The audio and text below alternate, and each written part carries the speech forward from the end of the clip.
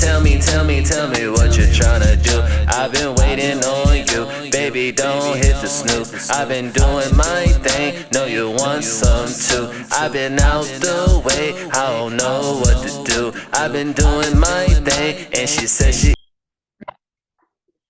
Welcome back to welcome back to LilScorpioKing supporters. I'm finna do reaction to Broke the Internet. DJ Akademiks full breakdown of Katt Williams exposing the whole industry.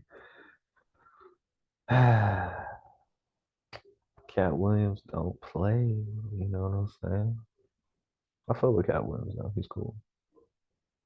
Williams, Shannon Sharp. Okay. Let me give my little lead up before we get into a little bit of this. I don't think by the way, for YouTube, we already busted on YouTube. Pause. So I said, boy, you was about to get robbed by the small soldiers. Well, that's what you're saying. You know what I mean? If you run up to a bank and you try to open the door, but the door is closed, was the bank about to be robbed by you, or you didn't do nothing? So we'll leave that at that. You know what I mean? Obviously, I want to be a tough guy and talk and whatever, but it's like, I should move on. Okay. Here's the thing about Katt Williams. Honestly, I feel Katt Williams is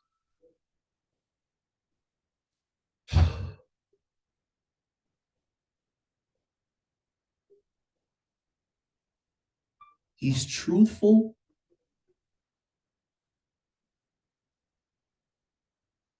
but I don't know if there's some bitterness there. And I'm trying to figure out the best way to say this. To me, Katt Williams was greater than everybody who he criticized. Faison Love, Steve Harvey, even Kevin Hart. I just feel like Katt Williams is the funnier guy than y'all. I can't tell if Katt, though, is a little bit upset by the lack of success and not on the comedy scene. The only thing that makes Katt really relevant, we're not relevant, but like so noteworthy, is that he's talking about what comedians care about the most. And nobody could challenge him. He's talking about stand-up and writing. And nobody's like, Kevin Hart came out, but Kevin Hart came out, hey, you're salty. Kevin Hart didn't say, bro, don't you ever mention my fucking name about me not writing my jokes. See, that's the important thing, y'all. This is why I can't tell if Katt is salty or Katt is telling the truth despite certain situations. I feel like it's both. Put it like this. Yo, I told y'all about what happened on Flavor. If I'm Kevin Hart, out of everything that motherfucking Katt said, you know what? Like what I feel most comedians would be offended by. Boy, why are you saying this? Yo, I care about my art. I'm a great comedian. Steve Harvey? No. I'm not saying he's not, but that's not what they're responding to. That's not what Kevin Hart's responding to. That's not what none of these guys are responding. They're all responding to him like, hey, you're just not successful like us. Which then brings the question, there's a lot of people in any industry that ain't successful like another, that's way more talented than another. Yeah. We all know this. So I got to look at it different. Why don't y'all address some of the claims he makes?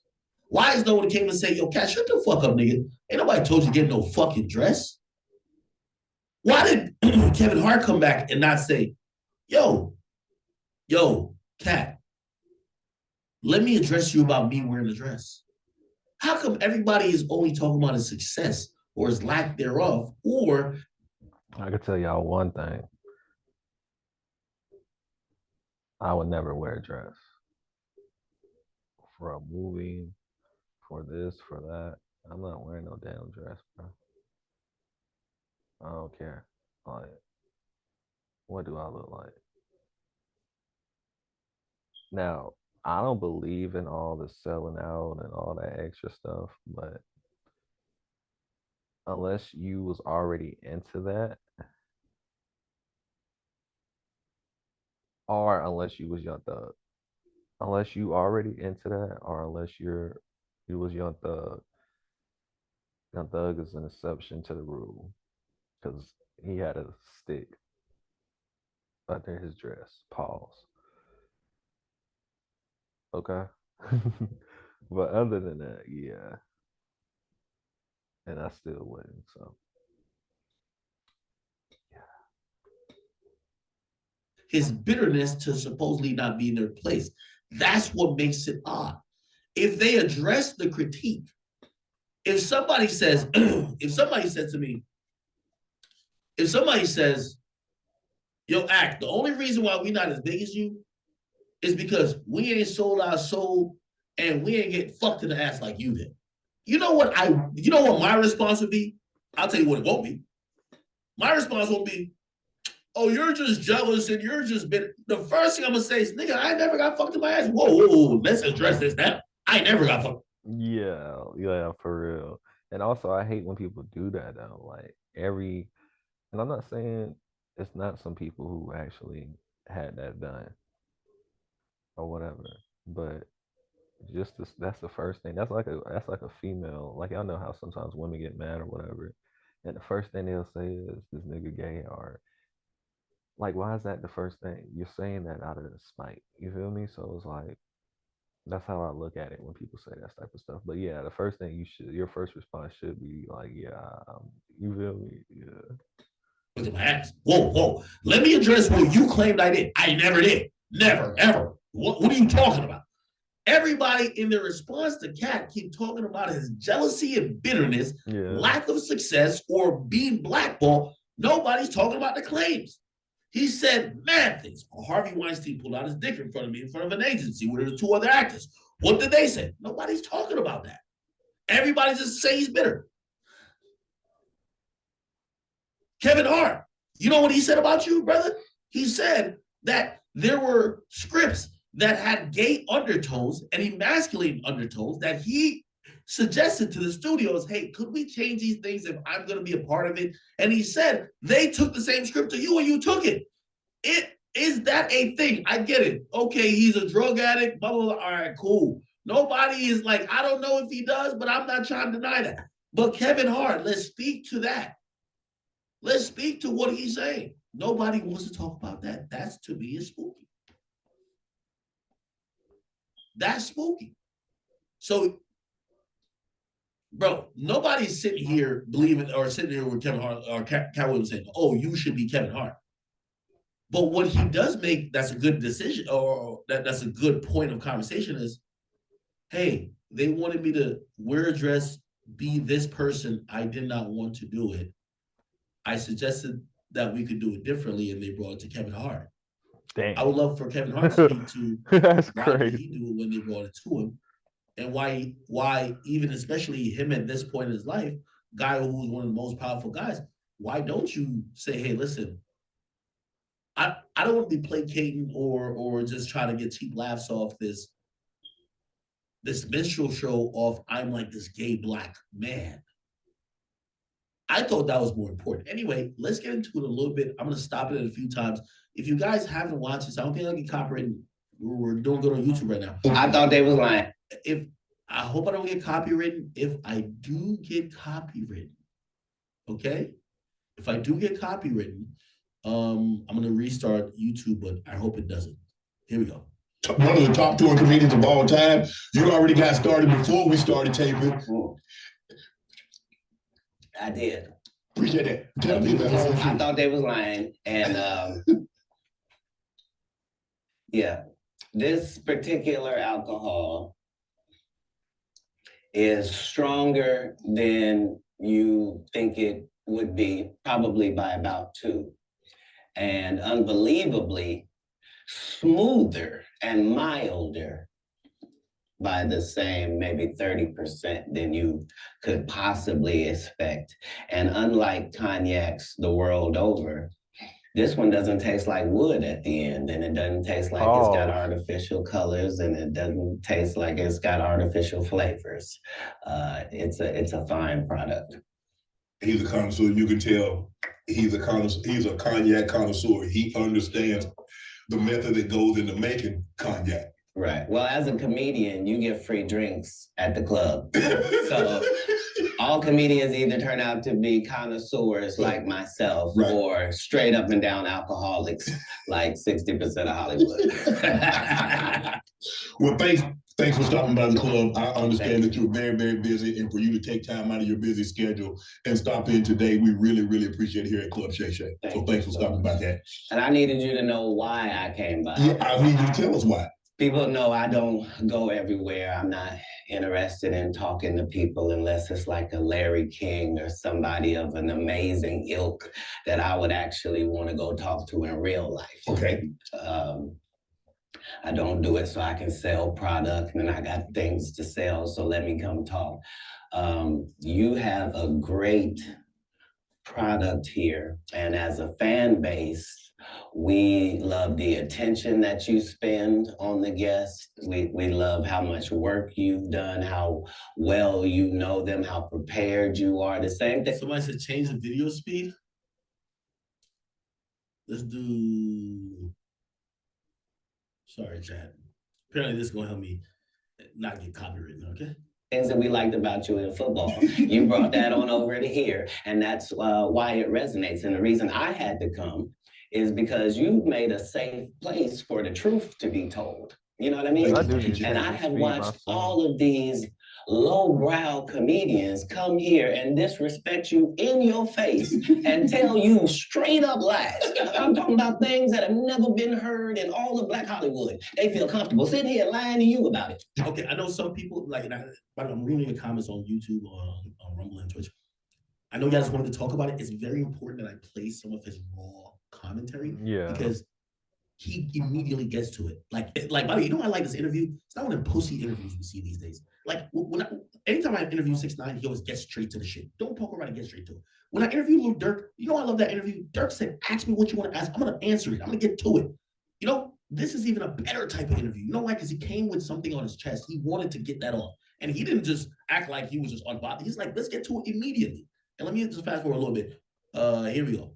How well you know them, how prepared you are, the same things that we liked about you in football. You brought that on over to here, and that's why it resonates. And the reason I had to come is because you've made a safe place for the truth to be told. You know what I mean? And I have watched all of these lowbrow comedians come here and disrespect you in your face and tell you straight up lies. I'm talking about things that have never been heard in all of Black Hollywood. They feel comfortable sitting here lying to you about it. You said it straight? Are you kidding me? You let Ricky Smiley sit here and you said out that mouth, you stole Friday After Next, the one I was in. I wish all of America fumbled a bit when that happened. And then he said some stuff that we haven't heard in 100 years in Hollywood. You ain't say nothing. This man told you he had Katt Williams role. He was gonna be Money Mike, and Katt Williams was gonna be the Santa Claus. Now let's 3 quick points. You mean in Hollywood?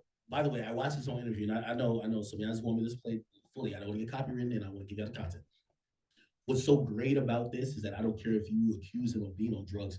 Katt was sharp this entire time. He was so sharp that I even thought. I mean, he was drinking the whole interview. Or normal Katt, or is this Katt on like an Adderall or something? You know, like he was sharp. Like he would say something, or actually Shannon Sharp would say something. He would remember. Shannon Sharp, when getting questioned and going back and forth, Katt would bring up what Shannon said initially, and Shannon was like, I don't know if I said that. And Katt would be like, yes, you did. And that was always accurate. He was like, again, this is not no nigga who's on some degenerative drug that can't remember. This guy was sharp. Hollywood, they cast a 5'5" black Santa Claus that weigh 145 pounds. That's your. He forgot Katt was drinking the whole interview. Not saying he didn't mean what he was saying, but you know, when you drink, I mean, I don't know personally because I don't drink, but when you drink, you say how you feel more. It's like more in depth, you know? Yeah. No story. Yep, that's about to be a great point. Now, again, we'll keep pausing a little bit. I apologize. I will leave the link, or Moscow's been the link if you want to watch it now. Let's go to Friday After Next. By the way, hey, Corey. Somebody get this nigga a cell phone in jail that he can watch me. So look, Friday After Next. I don't know if y'all remember. Let's go to YouTube. We're gonna find the Santa Claus. We're gonna just play a minute from both people's scenes, right? Friday After Next, Santa Claus scene. Here we go. So this was the scene. And by the way, the Santa Claus is Ricky Smiley. By the way, I don't know if y'all got that reference, or maybe I just believe that because of how he looks. I always knew this was a crackhead Santa Claus. That just never just seemed like a robber. It seemed like a crackhead Santa Claus, which is played by Ricky Smiley. 2 bags of chips to get into the factory. Let me ask y'all a question. Did y'all know at this moment that this was crackhead Santa, not just a robber dressed as Santa?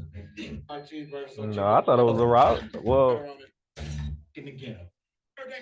Okay. No, I thought it was let's go a to Money robber Mike. dressed as Friday after next, Money Mike. By the way, one of the reasons I agree with Katt Williams, and not to like be dick riding or nothing like that, Katt Williams is like 5'5". If they were saying that he was supposed to play Money Mike or he's supposed to play the crackhead Santa, he's not wearing the same Santa outfit as Ricky Smiley. Here we go. That's the line from this entire fucking like movie. I always remember. Let me check my Palm Pilot, and the nigga just pulled out his palm. If you remember, like a Palm Pilot was like this is really like BlackBerry everything like Palm Pilot. Look like I ain't doing shit. Everybody had his nails done. Oh shit! Did pimps have their nails done back then? Look, this is some yachty shit right here. What the He hell? had his nails done. Okay, I think he killed this role. Amazing. Obviously, the role wasn't as expensive as like wasn't as expensive like a Smokey role. Like he killed this role. All right, cool. So we get it. So he basically, and to recap, he's saying the crackhead Santa dude, which is Ricky Smiley, claimed that he would have been Money Mike and would have been Katt Williams' role. And Katt Williams was like, that's a fucking lie. Here we go. The story is the Ricky Smiley that couldn't even do curse words because he had a Christian fan base. He was gonna play the pimp. Why you didn't ask him why has he played a woman in more movies than he's played a man? Well, I didn't know. He shouldn't be able, you wouldn't let an athlete that been on steroids talk about one of the greats. Ricky Smiley can't act because Ricky Smiley can't act. He told you the story about when the movie came out ready. He said he watched it at home. He wasn't even at the premiere. You telling this man, you stole that. Oh, so he could get his name in the same sentence with a great one. It is sad. He was just that bitter when we were shooting it. He told everybody, it should have been my role. Everybody on the scene. Why do you think no cast member has ever said anything? He could have played that role like you. I thought he was. Yo, you got to stop Shannon Sharp. I know you're doing a great interview. If you think that crackhead Ricky Smiley, which by the way, I ain't gonna lie to you, Ricky Smiley, I got no issue with you. But what this man Katt Williams is about to say about you is a true, like these are facts. If you watch like black comedy or black movies, there's two people who are better as women than they are as men. It is Ricky Smiley and it's goddamn Tyler Perry. Everybody knows. If you're gonna put Ricky Smiley or Tyler Perry in a movie, they need to have a dress, a thong on, a brassiere. They might need to have a slip. They need to have a nightgown. They gotta have lipstick, makeup, foundation, everything, mascara, their eyebrows arched. They need to have. Come on, bro. I've never seen them play a man. I've never seen it, and I gotta be honest. And now, listen, I'm gonna call this shit objectively. When Katt is off his roster, I'm gonna call it. But them two niggas. To keep it real, you can't tell me one goddamn role that Tyler Perry done play. You could tell me every role that Madea done play. How Madea, a fictional character, is the bigger actor than the person who could play any other role. Let's do the math. Then we got Ricky Smiley. Come on, everything about Ricky Smiley exudes. No disrespect, Ricky Smiley. You might see this. I got no problem with you. Exudes homosexual. Let's be honest. And maybe you're not homosexual. I don't want to put that on you. But because of what you exude is because. Basically, he's saying, Ricky Smiley has feminine ways. I ain't gonna lie. He do got feminine ways. Like if you watch him, watch shows or listen to him on a morning show and all that extra shit. I mean, shit, he do. Now I ain't gonna say when Akademiks talking about him being a homosexual. I don't know what the fuck he is. I don't really care. But he do got feminine ways, for sure.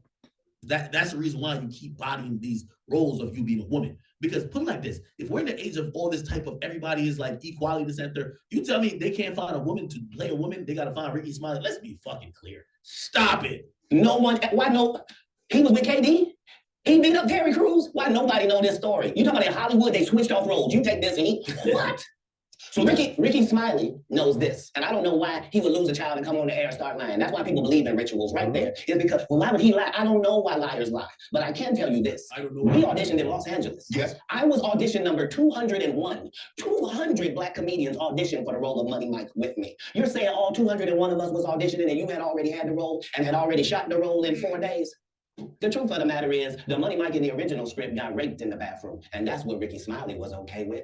What? One thing I'll say about what Katt keeps alluding to this whole entire time is that Hollywood either has a fixation, maybe because of some perverted views or perverted, just desires, or potentially maybe it was just what was taboo and that could get the ratings. I don't know. But Hollywood had something about the emasculating black men, putting black men in dresses, and also and some weird shit fetishizing rape.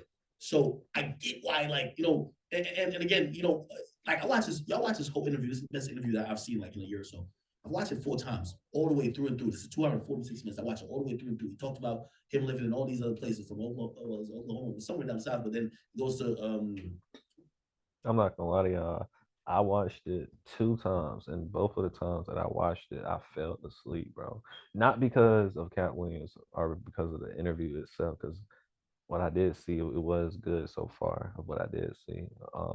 Pause, but I am gonna watch it again, and this time when I watch it, I'm gonna actually react to it. That way, I won't have to worry about falling asleep or anything like that. It's because the interview was like 2 hours plus. It's like it's a long ass time. Oakland, and he's such balance, but also he's been But it's good indoctrinated content. where indoctrinated to certain people's ideology or certain people's perspective on what a male should be. So of course he's very vigilant. He's vigilant where, hey, you're trying to make a man look like a sissy. You're trying to make a man look like Saucy Santana. Why is that the only cheap way we can Why do is he a joke throwing shots? when a man seems to be down to be gay? And I'm gonna be honest with you, like that's an astute observation, except I don't think that's rewarded. I think that people look at him and be like, yo, and by the way, he spoke so eloquent in this interview, we almost try to make it like, yo, I'm not baiting this after. But essentially, he pretty much admits, I'm weirded out by the fact that they always try to make a black man gay.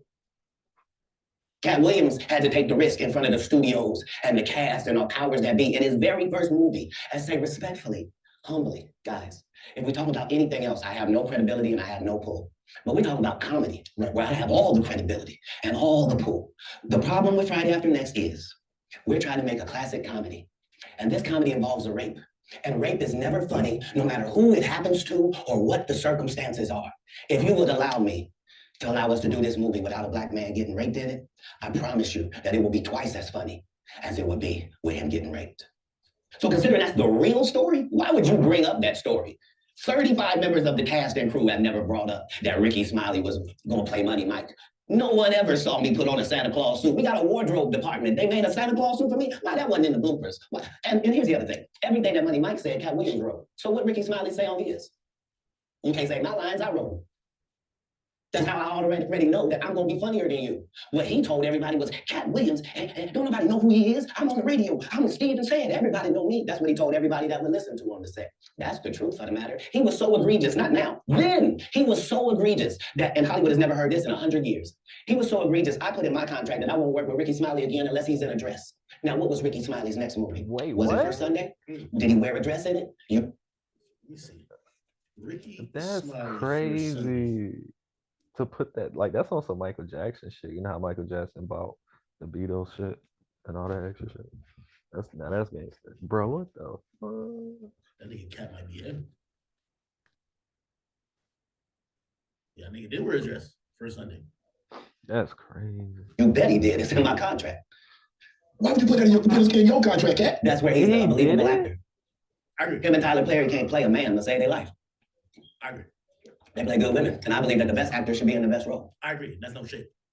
So that's why, because when we released that clip and he said that, you responded because he said he was supposed to play Money Mike and you were supposed to play Santa Claus. Now, right, Yo, Shannon, stop. Yo, Shannon doing a great interview, but stop the bullshit, bro. Nah, Shannon was just playing you don't dumb. take him seriously as a man. Tyler. No, like, I fuck with how Shannon did that interview though, for real, because he was playing dumb to get Katt to say more stuff like that, from where I can observe or whatever. Tyler Perry's fictional character is bigger than him as a person in real life. When you hear Tyler Perry, you think of the deal. Yeah, that's right. Lie. So that he knows is a lie. So why would he say it? Because he's a liar. Nobody knows why liars lie. And that's why I had to come on the show. Yo, that's such a great, I might have to tweet that out. Nobody knows why liars lie. That's right. That's a good one, chat. Nobody knows why liars lie. Graham, Cedric did the same thing. Cedric told you when you asked him, did you steal Katt Williams' joke? Yeah. He said, it don't line up. How it don't line up that I did it on TV in 2018? You came to see me at the Comedy Store do it in 2019 and then did it on the Kings of Comedy. Like, what doesn't line up? This is a televised joke that Mark Curry helped me punch up and get to the level that it was. The same Steve that went to go watch Mark Curry do his whole sitcom and then stole everything Mark Curry had. Now Steve got a sitcom where he the principal and he wear a suit and then he gets this high top fade, making all black men think he got the best lineup in the business, and it's a man unit.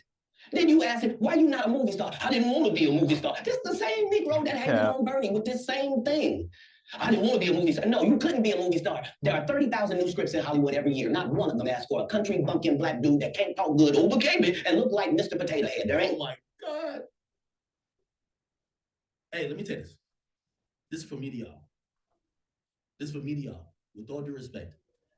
You know, when it comes to comedy, I have so much great respect for so many people.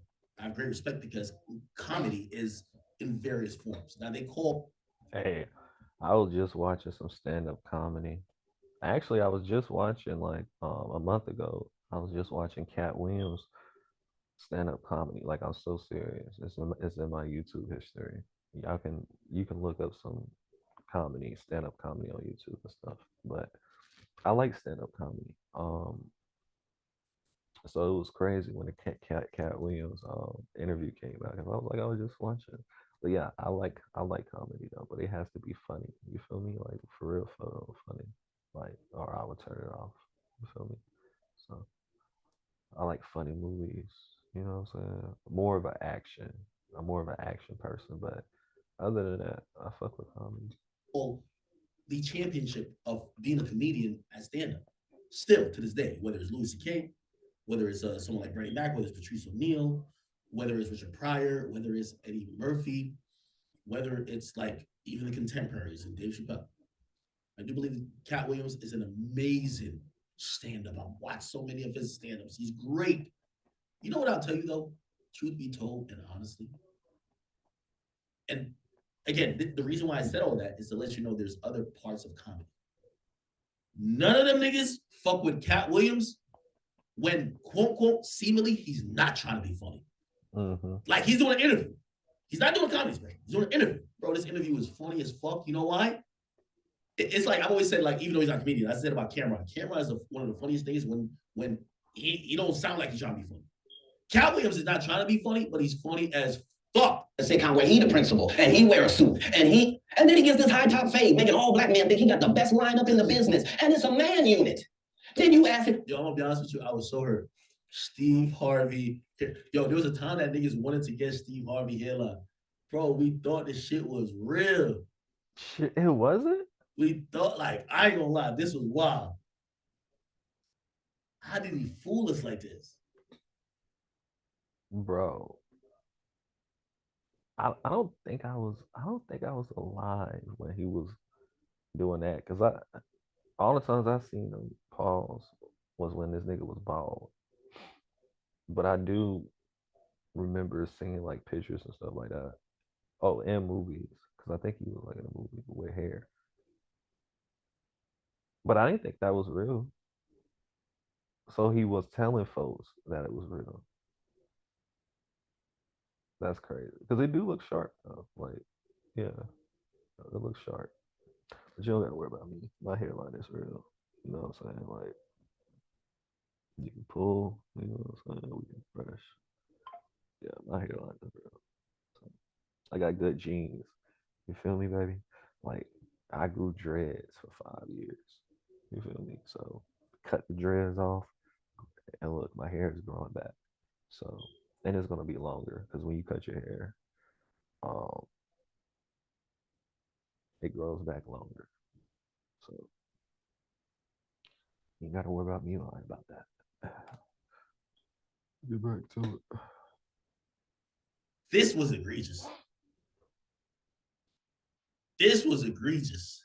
By the way, I think he could only have pulled this off pre-internet. You know why?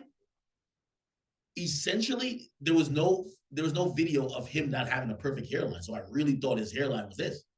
Like, I remember when he went bald, I was like, wow, why did he fuck up with great hairline? Like, we've never seen a picture with him either not bald or not with a perfect hairline. Huh. Why you not a movie star? I didn't want to be a movie star. This the same Negro that hated on Bernie with this same thing. I didn't want to be a movie star. No, you couldn't be a movie star. There are 30,000 new scripts in Hollywood every year. Not one of them asks for a country bumpkin black dude that can't talk good, overcame it, and look like Mr. Potato Head. There ain't none. You have to have a range. Not necessarily. I played a lot of characters, 60 movie roles. I'm not playing Katt Williams in there. I don't know, Katt. We might not let you drink anymore. I mean, we ain't got. I'm not fueled by alcohol. I've had a sip, less than you. The truth don't need motivation. I'm just saying I can't let these dudes lie. Cedric's sitting here telling you why he ain't a movie star. He don't look like a walrus. You didn't say nothing. He can't even get his arms off his stomach. Sitting on there. Why I'm not a movie star. He never wrote anything. Remember, when Cedric the Entertainer starts, he's supposed to be singing, dancing, and telling jokes. That's why he's called the Entertainer. We found out he can't sing, can't dance, and doesn't write jokes. He did 4 comedy specials. They're so bad, Shannon, they're not available on Netflix or Tubi. Can I say that again for the audience? They're 10 minutes in, he's going crazy. So bad that they're not available on Netflix or Tubi. You don't think Sam's a good comedian? The world doesn't think that, sir. I have 12 comedy specials. He has 4 specials that are not available on Netflix or Tubi. It seems to me, Katt, that you have a lot to get off your chest. No. He's also you got a lot to get. You want to say winners are not allowed to allow losers to rewrite history. I don't say any of these things if my name is not breached by these people on your platform. If you give a liar a platform to lie, then I'm not being messy by saying, hold on, that never happened, it's untrue, and there are hundreds of witnesses for each thing I'm saying. So let me ask you this. What is your relationship with Steve Harvey, Ricky Smiley, and Cedric the Entertainer as you sit here currently? For 30 years, they're a group. These aren't 3 random guys. The way that Ricky Smiley kept appearing at all of my auditions is because of Steve and said he would tell anybody that, listen, they got a gang on that side. They know what it is. They know who the gang is. Why Earthquake not in movies? Because he's illiterate. He can't read. And they found that out. Who's Earthquake? Yeah, I don't know who that is. Earthquake. Oh, this guy. I don't really know. Yeah, I don't know him either. You know this guy? Nah.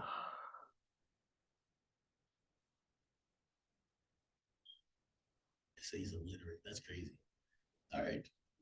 When they gave him a show and put the cards in front of him. Like, all of these dudes are co-entwined and they share secrets, and this is the age of truth. And the truth doesn't need to be scared of the fact that people tell lies. Katt's on drugs. Where are the stories? Why is there no story of anybody who ever sold a drug to me, did a drug with me? Well, okay, let me pause this. Didn't Katt get caught with drugs one time? Am I tripping? Like, it's one thing to say you're never gonna drug. Katt arrested drugs. Okay, he got arrested. This is 2016. Locked up after they found weed and firearms. Yeah, I remember that. Found several firearms and large quantities of marijuana. Yeah, nah, that ain't gonna be the thing. Okay. Yeah, that's okay. not Another time, I think. Oh no, it's marijuana. Where have we found? Y'all never heard the weed stuff? Like the drug stuff? Okay, we have a list of his arrests. Here we go. Let me not pay for this.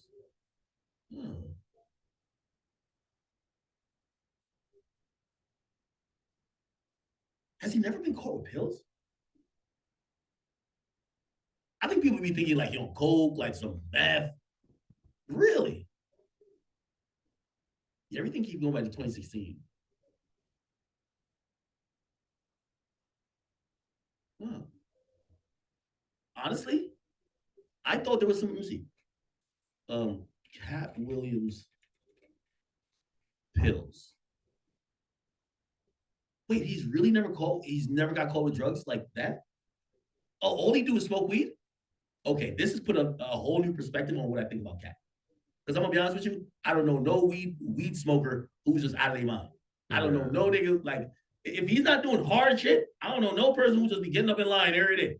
I gotta now take what he's saying with a little bit of seriousness, because a nigga who smoke weed all the time, he just not get up in line every day. Was around me when I was inebriated. I got 5 daughters. I got 5 sons. Why would we tell these ridiculous stories? Because it's competition. You feel like, well, what kind of... I have another keyword to look at. Katt Williams prescribed. Maybe he's prescribed some shit. Medication. Damn, nigga.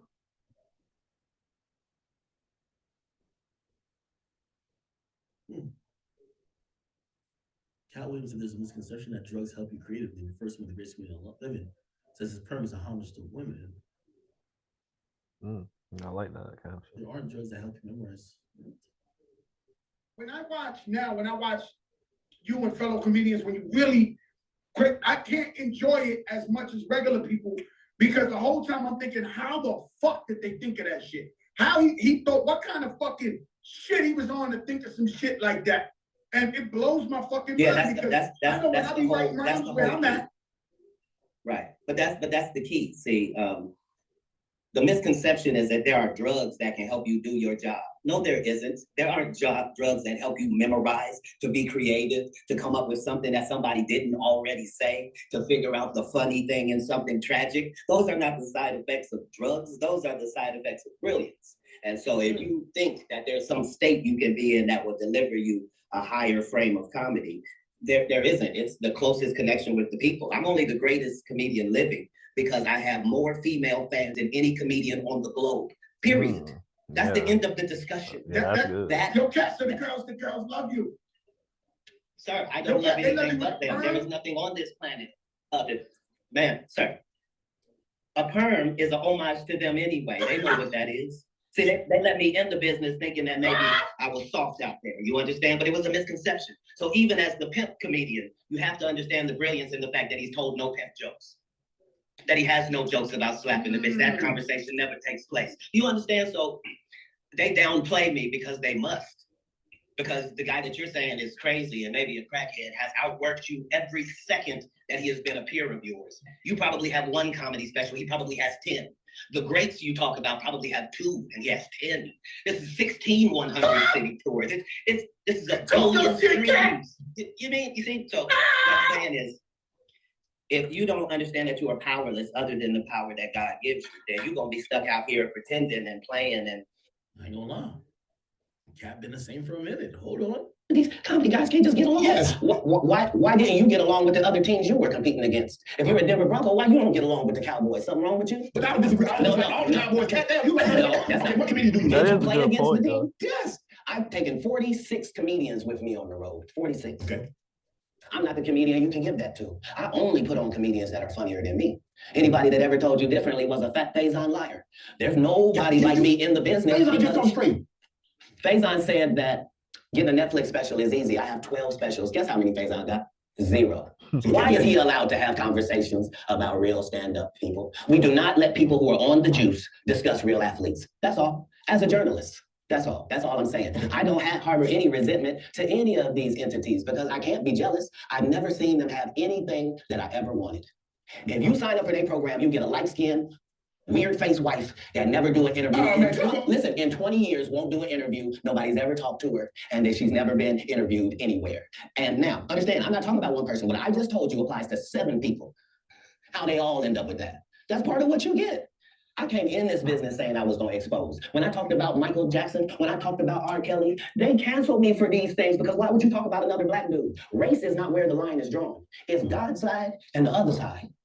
And we don't care nothing about the other side. Period. Period. All of these big deviants is all catching hell in 2024. It's up for all of them. It don't matter if you Diddy or whoever you is. TD Jakes, any of them. All lies will be exposed. That's all. And anyone who takes that the wrong way, know why they take it the wrong way. The truth is the light. I never know what these. Amen, amen.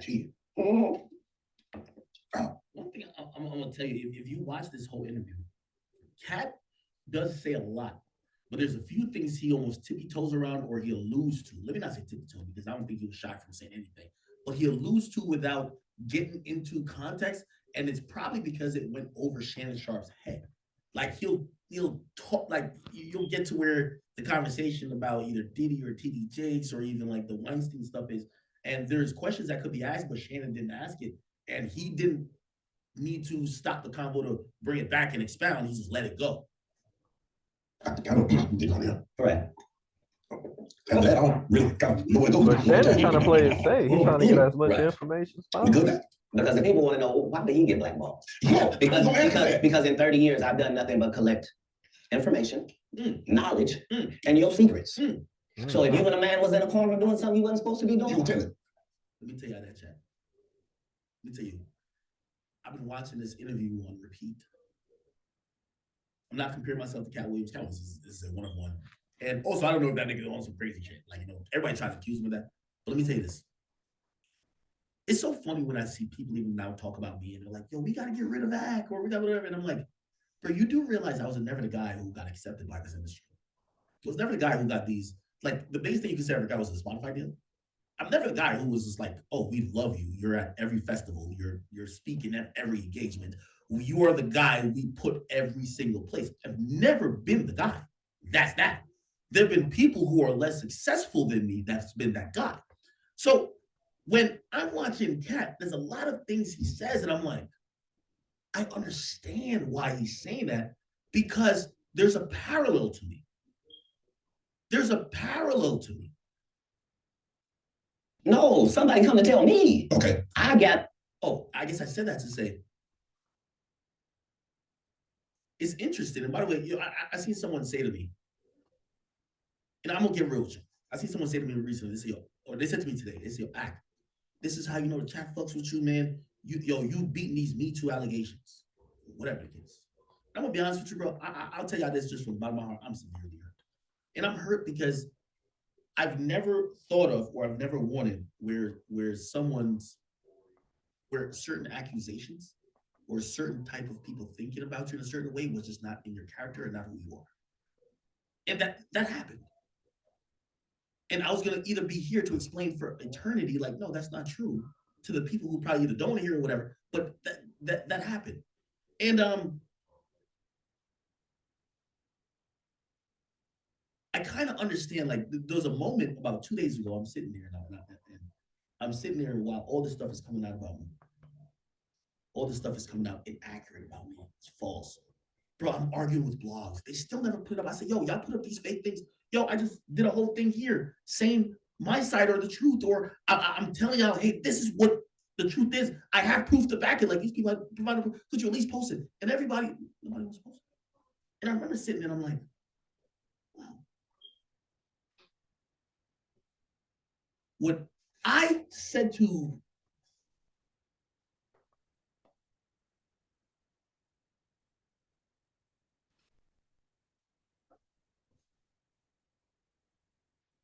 what I said to 6ix9ine about 4 or 5 years ago, but also the conversation I've had with my peers in the last 2 years. And I've sat here with y'all. I said, why nobody want to talk about Diddy? What's going on? What's the problem? What is this such a big deal for us to talk about this shit? It's not that. It's just like granted, I'm not saying he's guilty of everything, but there's certain things that seem like there's some stuff going on. He's paying this stuff. He doesn't even want to explain it himself. What's going on? And everybody just kind of gave me that look to say, oh, you're green. I swear everybody gave me that. I swear everybody I talked to gave me that look. You're green, nigga. You don't get why nobody talks about that. You don't get why nobody deals with that. You don't get why we leave that alone. And I thought for a second, I was like, well, I know some of these people got like whatever skeletons or whatever. But as everybody was going with this narrative about me, I was like, I think I get it. And it wasn't like, I want to be on some facetious stuff, but I was like, the same motherfuckers who I was saying, why don't you talk about whatever? They're all sitting back now to say, I bet that nigga learned.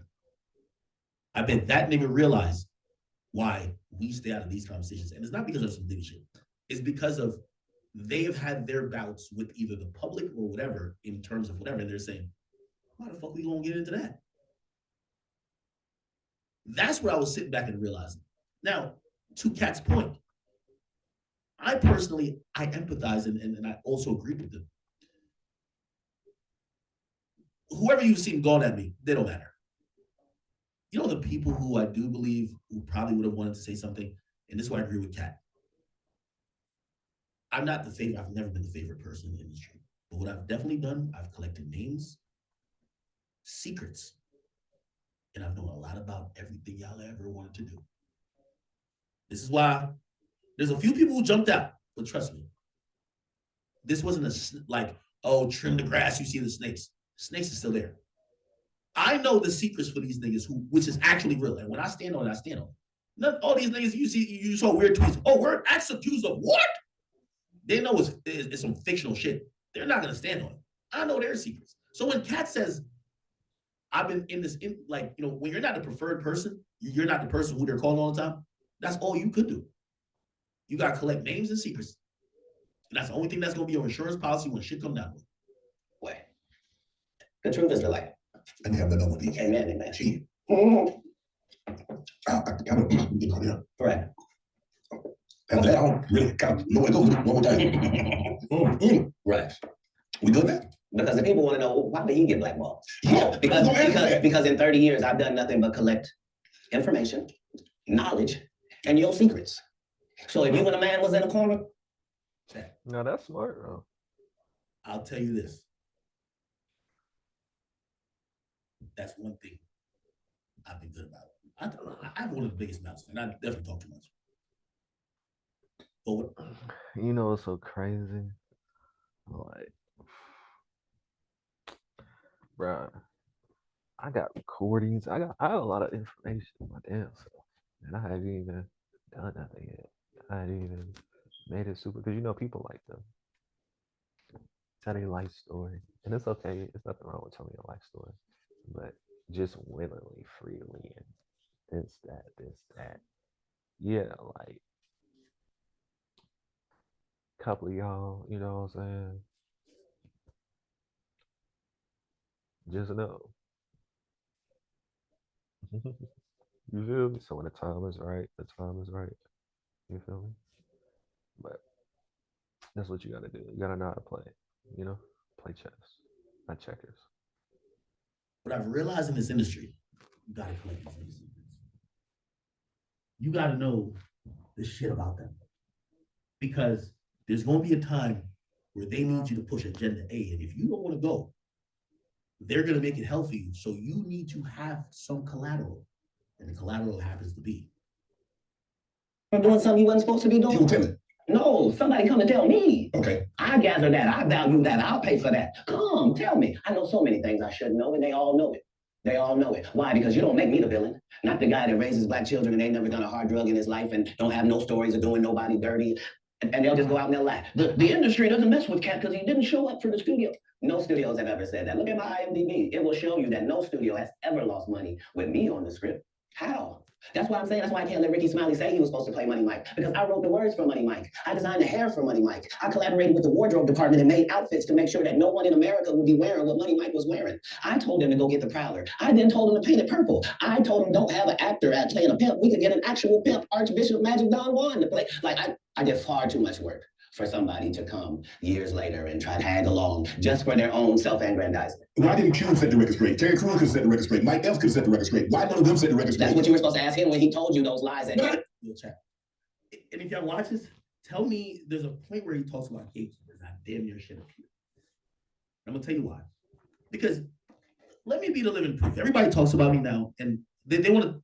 Y'all know I never did know we Illuminati rich. Like, yo, I'm just. Nigga, we don't know that. There's a reason why all these YouTubers, who to like even the Flaccos and everybody else in the world, they realize, yo, this is a nigga who was too fat, didn't look too good, blah blah blah, had no connection like that. I only knew one nigga, and I made it. Like, you have to go kick the door down to get in.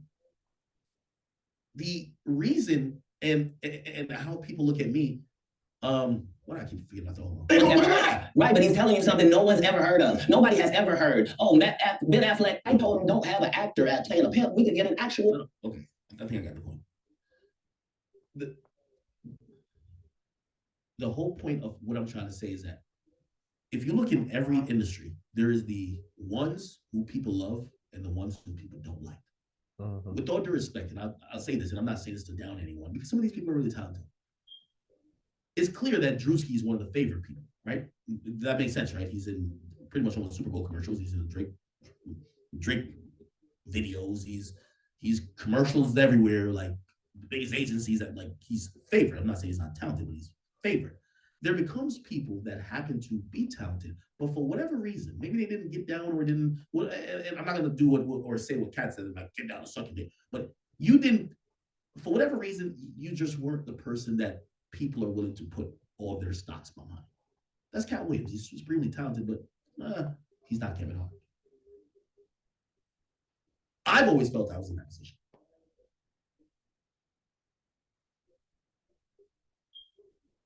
That's why I thought I would never make it to radio. I'm not gonna do all that type of stuff. I'm bad with networking. I don't know how to really just kiss ass. Like, I'm not gonna suck it big. Like let's be clear. That's me too in a way. I just didn't know how to play the game. So when you hear Katt Williams talk, this happens not only in comedy.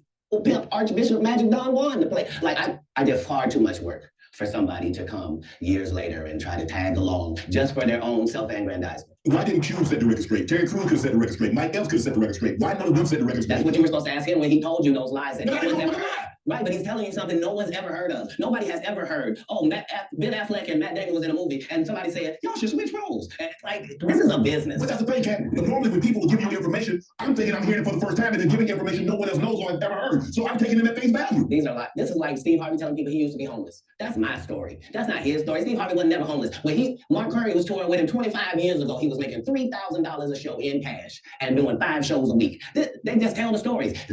Thanks to my wife, I'm where I am. You said that about the first wife. You forget that? You told us it was her. Then you went and married somebody else that think like a man.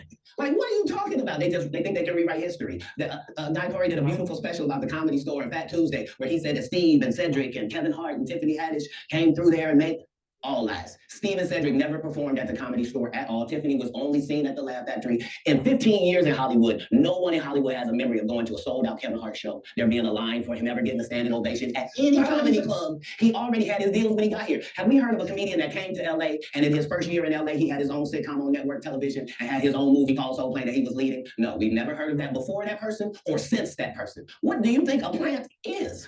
Maybe people don't understand the definitions of these words. He just did his documentary with Chris Rock where he shows you that his whole upbringing in comedy. Now, I won't say that he's a plant. I won't say that I think to say someone like Kevin Hart is a plant is really disrespectful to the work he's put in. But I also don't know the full history. You trying to give me some context to the history? I gotta Google this. It was on the East Coast. Yeah, so how simultaneously was he here in Los Angeles doing the same thing? It did happen. It did happen. And I hate to seem like a petty individual for picking apart lies, but Jussie Smollett gonna keep lying until you say we don't believe you. Like, it's important in the checks and balances of the universe that liars not get to make complete narratives for themselves. Are you not afraid about being blackballed again? These are some power people. What do you mean again? These people are not powerful. Satan can't create anything. That includes blessings for his people. That's why, you know what the #1 job of somebody that sold their soul in Hollywood is? Is to act like it didn't happen. They all do the same job. Why do you think Gary Owen? Could I speak a little bit about this whole selling souls thing? Because I think people who aren't in the industry, they think it's like an actual thing, or like you're doing a ritual, like, hey, who do you want us to kill? We got to kill one of your relatives. No. I think this, like, we have to be, like, we're going to be literal, but we can't be dumb.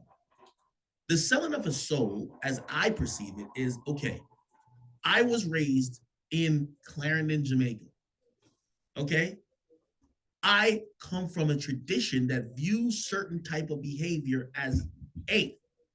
If I get in a industry that says, hey, act, even though your traditions, your meanings, like your how you feel about certain things might be opposed to it, we could make a bag by you doing what your culture or what you would normally not do. Let's give you $1. And I said,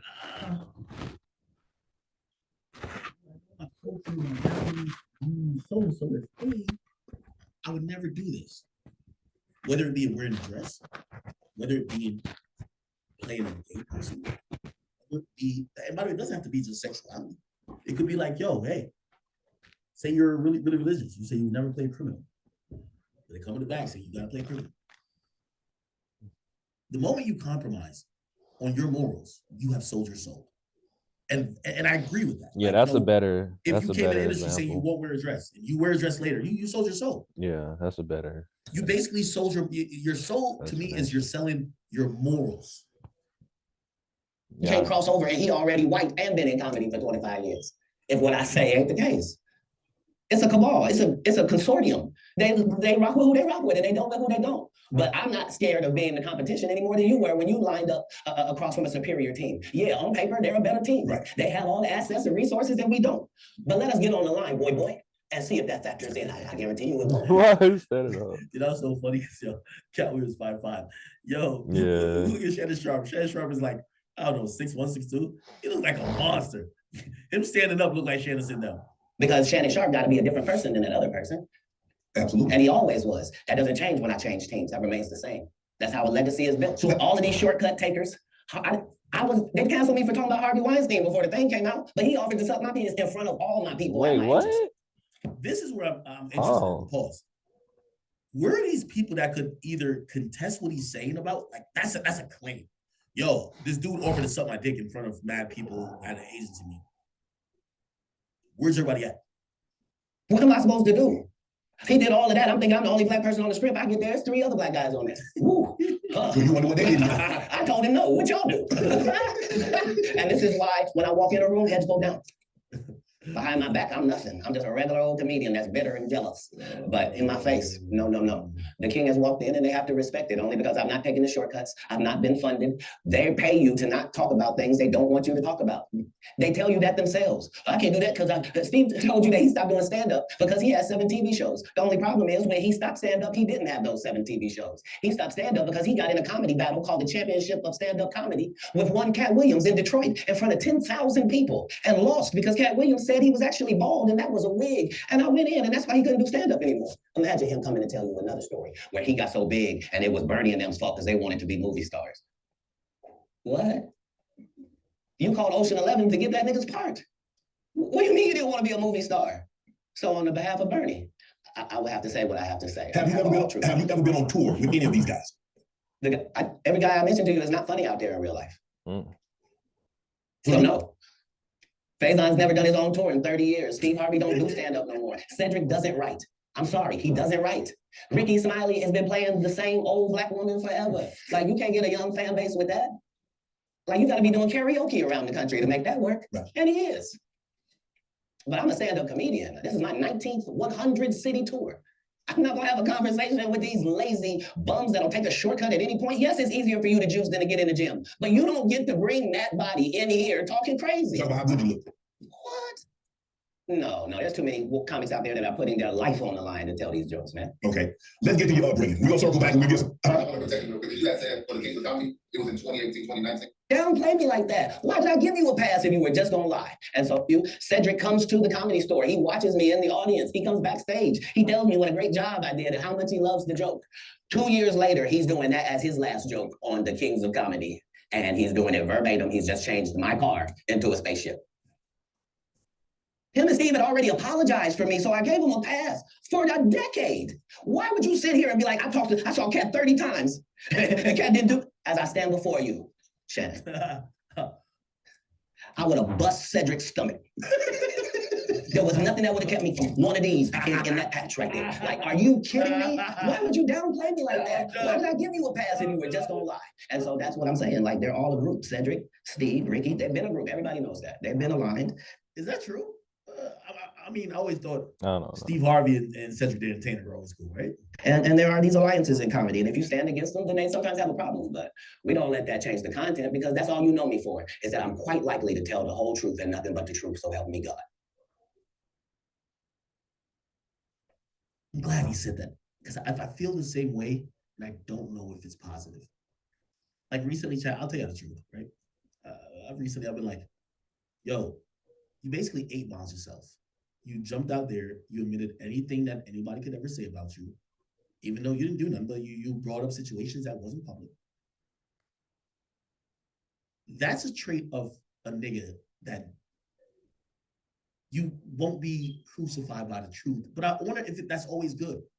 Most people in the limelight live in a little bit of lies. They live in a little bit of falsity. They live in a little bit of, maybe not lies or falsity, but like they live in a little bit of secrecy. And I look at what Katt said there, and I thought about myself, and I'm like, am I going through any bullshit today if I don't do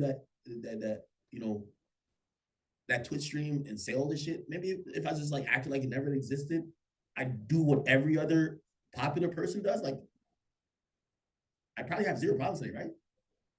I don't know. Can you believe we're this deep into the NFL season? We got to make every second count. People only to get out in the world and find out you don't know anything, you know? So it was a confusing time, but yeah, I had a childhood. I was grown. Yeah, he's talking about his childhood. Now we're going to move into some other stuff. It was like, what would have happened if you didn't come to the NBA? I now am a single parent. And let me explain. Yes. Because my particular background was already religious and super strict. Under the influence of anything, I'm always in my right mind. That's not what you said. You said I know every comedian. You're limiting me. Oh, you watch every episode because you know things. You know things. That's always where I'm trying to come from. That's the difference. That's what these comics understand, is that I'm not doing nothing for clout. I don't even recognize clout. But eventually the Lord is gonna let me and you be in one hallway. A lot of these dudes go, Kevin Hart went 25 years without ever being in the same building with me at the same time. DFP TV, thank you for the 10. He says, yo, I feel Kevin Hart's a plan. And I'm from Philly. I mean, Kevin's from Philly. He says, back in the 2000s, if you had a blank white CD, it was Onion Booty. Oh, Onion Booty. Hey, boy, how you know about Onion Booty? It said Onion Booty, Pimp Chronicles, Headshot DVD, which is Meek Mill Raps, but there was no Kevin Hart comedies. Ooh. Okay, I get it. Oh, in the building, he walk out. You've never seen us in the same building ever in 25 years. Like, it's once SK called Wack to ask him about it, Katt said he knows it well. I don't know what you're talking about. Like that. Why? Yes. Because I'm really the product. It's not what you think. I am never under the influence of anything. I'm always in my right mind. I'm always a physical specimen. And when you see me, I'm much, much bigger than you had thought. I have far less play in me than you would like. And I'm relentless. I'm out there. I'm still, to this day, I played 11 games of basketball with a 20-year-old. The record is 92. Money Mike, how did you come up with that? Is that, you know what? 26 laughs in that 30 minutes. Can't you get that a good part of the movie, man? The Santa Claus was funny, man. Are you talking about rehearsal? We did our own rehearsals daily to make sure that we were at the level of professional actors, which is what made it so egregious. That guy saying I was supposed to. She was a Shay on TRT. TRT is like some steroids. Y'all think Shannon Sharp on steroids? No way. Y'all think Shannon Sharp on steroids? Bro, he was a football player.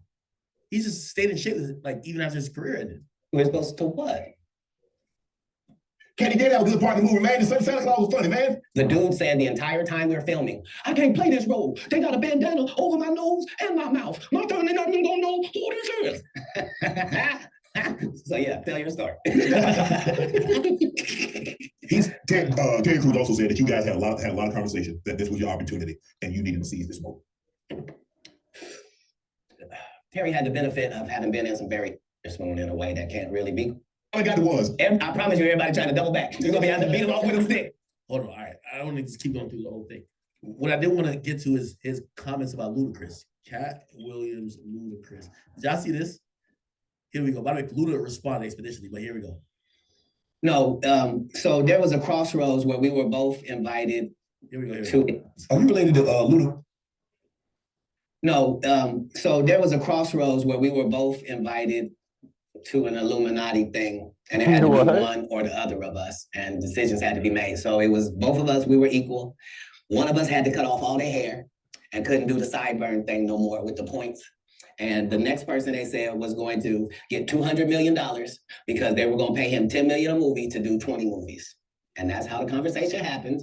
One of those persons turned out to be Ludacris, and the other person turned out to be Katt Williams.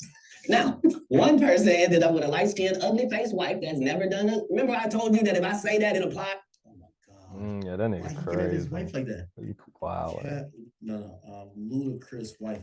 Why you call his? Nah, his wife is like, she's pretty. You dog see?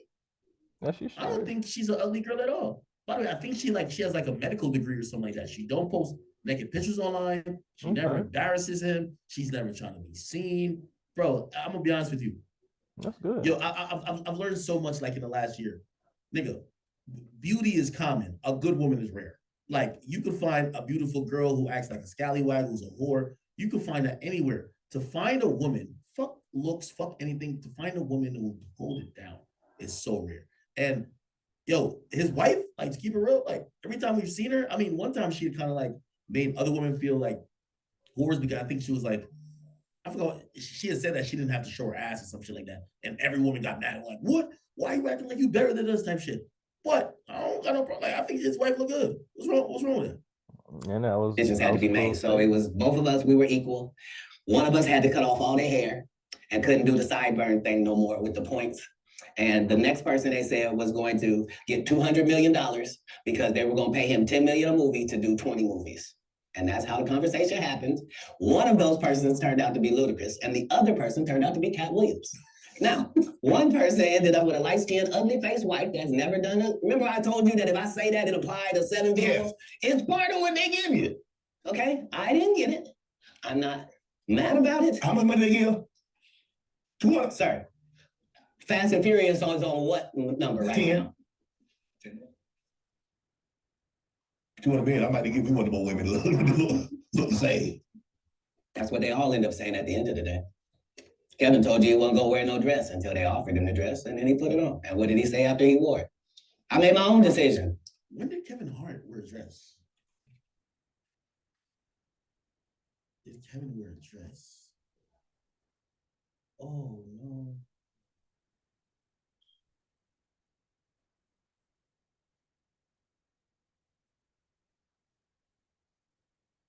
Damn, I didn't know Kevin wore a dress. Fuck. Duh. But you didn't make it before they brought it up, did you? I made my own decision. Duh. But you didn't make it before they brought it up, did you? It's okay. All right. Anyway, we had Ludacris who responded. I ain't gonna lie, Luda responded probably the best way you could, because you're dealing with a comedian who could always tell you, no matter how serious or how offensive you took what he said. You're like, yo, it's a joke. He responded in a freestyle, which obviously Luda is a rapper. Whatever's heavy on my heart is always on my mind. Like Snoop's cannabis shredder, I'm always on my grind. Ain't throwing shade, cause niggas can never take my shine. I bring my watch collection on my jet. Let me take my time. Like fine wine, I'm aging like Benjamin. Top 5, I'm worth mentioning. Bring me rappers, I'm lynching them. See the pendulum swing, Jesus with diamond thorns. Ludacris, swallowed in Gucci linens when I was born. Never been Illuminati, only Illuminati. And I only left with bitches when coming from any party. Now I'm married with kids, the evolution of life. Never been a cloud chaser, never say shit for life. R.I.P. John Singleton. You never have to flex when you earn every one of your best. That's a furious checks. Afro with the sideburns. Yeah, that's my signature. Addiction's on the rise. Comedians check your temperature. Wow. Hey, Nicole Harris, I think she's trying to tell us, like, remember Cat Williams basically said, so this is what Cat Williams said. If you join the Illuminati, you basically bow to every one of their needs or what you need to do. They'll give you like this stock wife who's basically like a creative player. She don't do interviews, she don't do nothing, she no personality.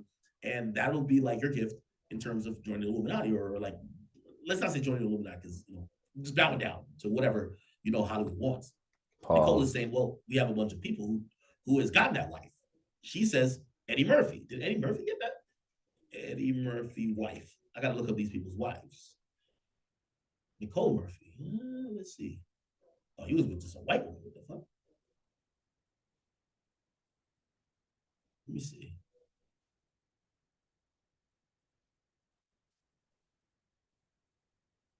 Wait, has this nigga only wife like a white girl? Okay, maybe. It wasn't Nicole Murphy, right? Ain't this Nicole Murphy? Okay. He said Damon, he says Martin. Who's Martin's wife? I've never seen Martin's wife. Martin. You know, so oh, Martin Lawrence. I was about to say, I don't know Martin's last name. Blasphemous. Martin Lawrence's wife.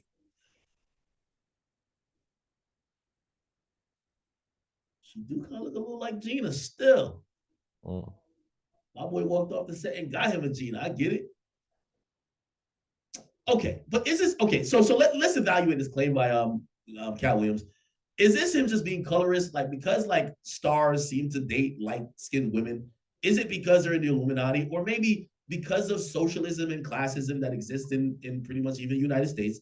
Black men or men who are darker seem to always want to, once they get success and fame, they want to marry or be with a woman who is of lighter complexion than themselves.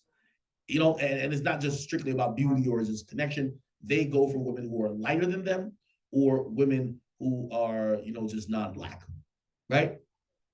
What do y'all think? I mean, all right. So then she also says, whatever somebody's preference is, whatever their preference is. Damon Wayans' wife. Let's look at Damon Wayans' wife. So Spanish. Yeah, all right. These are lighter skinned women, but what does it mean if they're lighter skinned women? My disposition to this is that, listen, I was born in the country of Jamaica. We are the majority in terms of Black people in that country. Racism don't exist. What do I mean racism don't exist? I'm not saying the effects of racism don't exist, but when we look around, we see all people of color on the majority, 80 to 90% of the time, right? Which means the people on our money, Black, the people at the store, Black, the people at the bank, Black, our leaders, Black, everything is Black. Your mentality is not to think that the white man is keeping us down. Like, that's not the mentality I grew up with, right? However, what happens in societies like that, because like color is such a huge thing that's always always, been pervasive throughout history. You can go back to generations and hundreds of years ago. In countries like Jamaica, while racism might not be the most prevalent thing people talk about, colorism is. Like what Jamaica faces that usually the United States don't face is people bleaching. Darker skinned people wanted to seem lighter. Where does that come from? It's a history of colonialism and slavery where people have realized they put down people on a class level and say, hey, you're darker, you're like a guy who worked in the field. You're not the guy who's in the house in the AC. You're a worker, you weren't rich. So in society over time, people gravitate or want to be lighter skinned. What then happens with that? People who are African, who are darker skin complexion, they opt to or they yearn for lighter skinned females because they feel like they're getting a better quality woman. Why do they believe that? Because they're indoctrinated with the thought that, hey, if you are successful, you should be able to get the best possible woman, and the best possible woman is the woman who seemingly is lighter skinned because she's not working in the field or whatever the case is. And the whole skin complexion things come with initially, hey, if you're outside a lot, working a lot, you're a blue-collar worker, you're darker. If you're in the house because you're not privileged and blah, blah, blah, blah, you are lighter, right? So I think that's the thing that, by the way, I do think in America here, we deal with not only racism, we deal with colorism as well. I think that does bleed into it. You have a bunch of dark-skinned dudes who, if they had to choose the girl of their dreams, they're going to go get a light-skinned girl. They want a light bright, red bone. You get what I mean? There's no attractive term for a super dark female, right? But when it comes to an extra light female, yo, she a red bone. You know what I mean? She like light bright, like all these type of things who are they're positive connotations. So I completely get this. So that's why I'm actually speaking against the point that seemingly he's making for these guys. Hey, American society is just society with people in general fucked up. The reason why these guys get with lighter skinned women is because there is self-esteem issues. There is issues among colorism and class and race and all that type of stuff. And that's why they're fucking with these type of people. That's simply what I would say. Okay. Yeah. So, okay. So that's Damon Wayans. Let's look up Marlon Wayans. It's life. Okay. And we're going to continue to see a trend of lighter skinned women. I don't think it's fine to vilify women who happen to be lighter skinned, because if we think about also the context of what Katt Williams said about not doing an interview, who wants a wife that's going to do a bunch of interviews? Think about I think she's dark skinned, I might be wrong. LeBron James' wife, right? I guess she's she's caramel, right? But think about this. Like, there was just an article that came out. LeBron James' wife doesn't take pictures with men, which I thought was really dope. But this is going around everywhere. It's a TikTok basically showing people. TikTok showing people LeBron James' wife. She has so much respect for him, she refuses to take pictures with men if it's not her husband. Listen, watch this. When men ask for a picture. So dudes ask for a picture, she wants it. No, for that. A woman asked for a picture just now, she took the picture. Versus when women ask for a picture.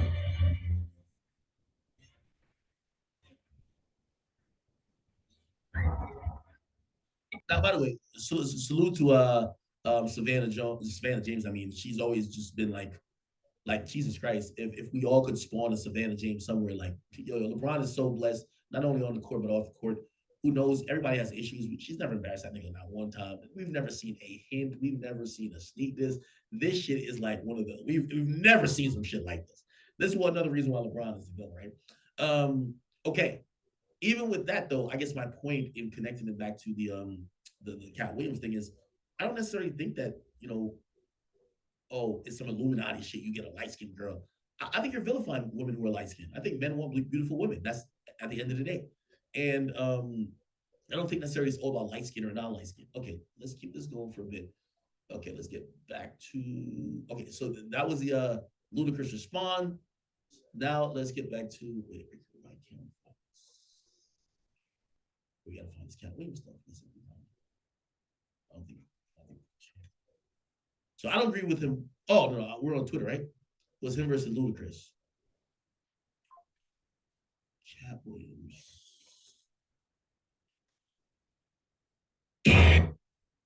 So how much money they give?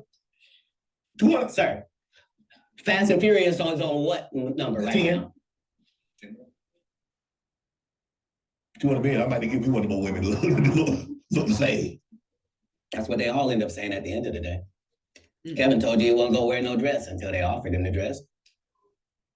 Again, and part of watching this whole Katt Williams interview, you have to try to do some fact checking because he's oftentimes so accurate, but so like clairvoyant and like above everything else. Like you want to make sure he's being factual. In the 70s and the 80s. So they wouldn't have told him. I need to be better who it. He was just an amazing individual. Did you do all of that man stuff that he did on his show on yours? And now you like, okay, now here he's calling out Steve Harvey. I'm doing stand-up. Okay. The next progression is TV movies. Throughout the history of stand-up, sir. That's the goal for all of us. That's how it goes. That's why when you hear these dudes talking about, by the way, I'm interrupting this to read the super chat. S. Swan Harris, thank you for 5. He says, hey, send your court documents about the rape to 1090 Jake and free yourself from the people who don't believe you. Sir, I keep trying to tell you there is not a court case. I'm telling you that the police investigated it and that there were no charges brought and officially was put on the file that, hey, we investigated this because we're the police and there's no charges filed. 1090 Jake isn't someone who, the only people who would really know mostly about this is about the people in the DA's office. It wouldn't be somebody like 1090 Jake because there would be no paperwork about something that there were no charges brought up on. If there were charges brought up on it, yes, there would be paperwork.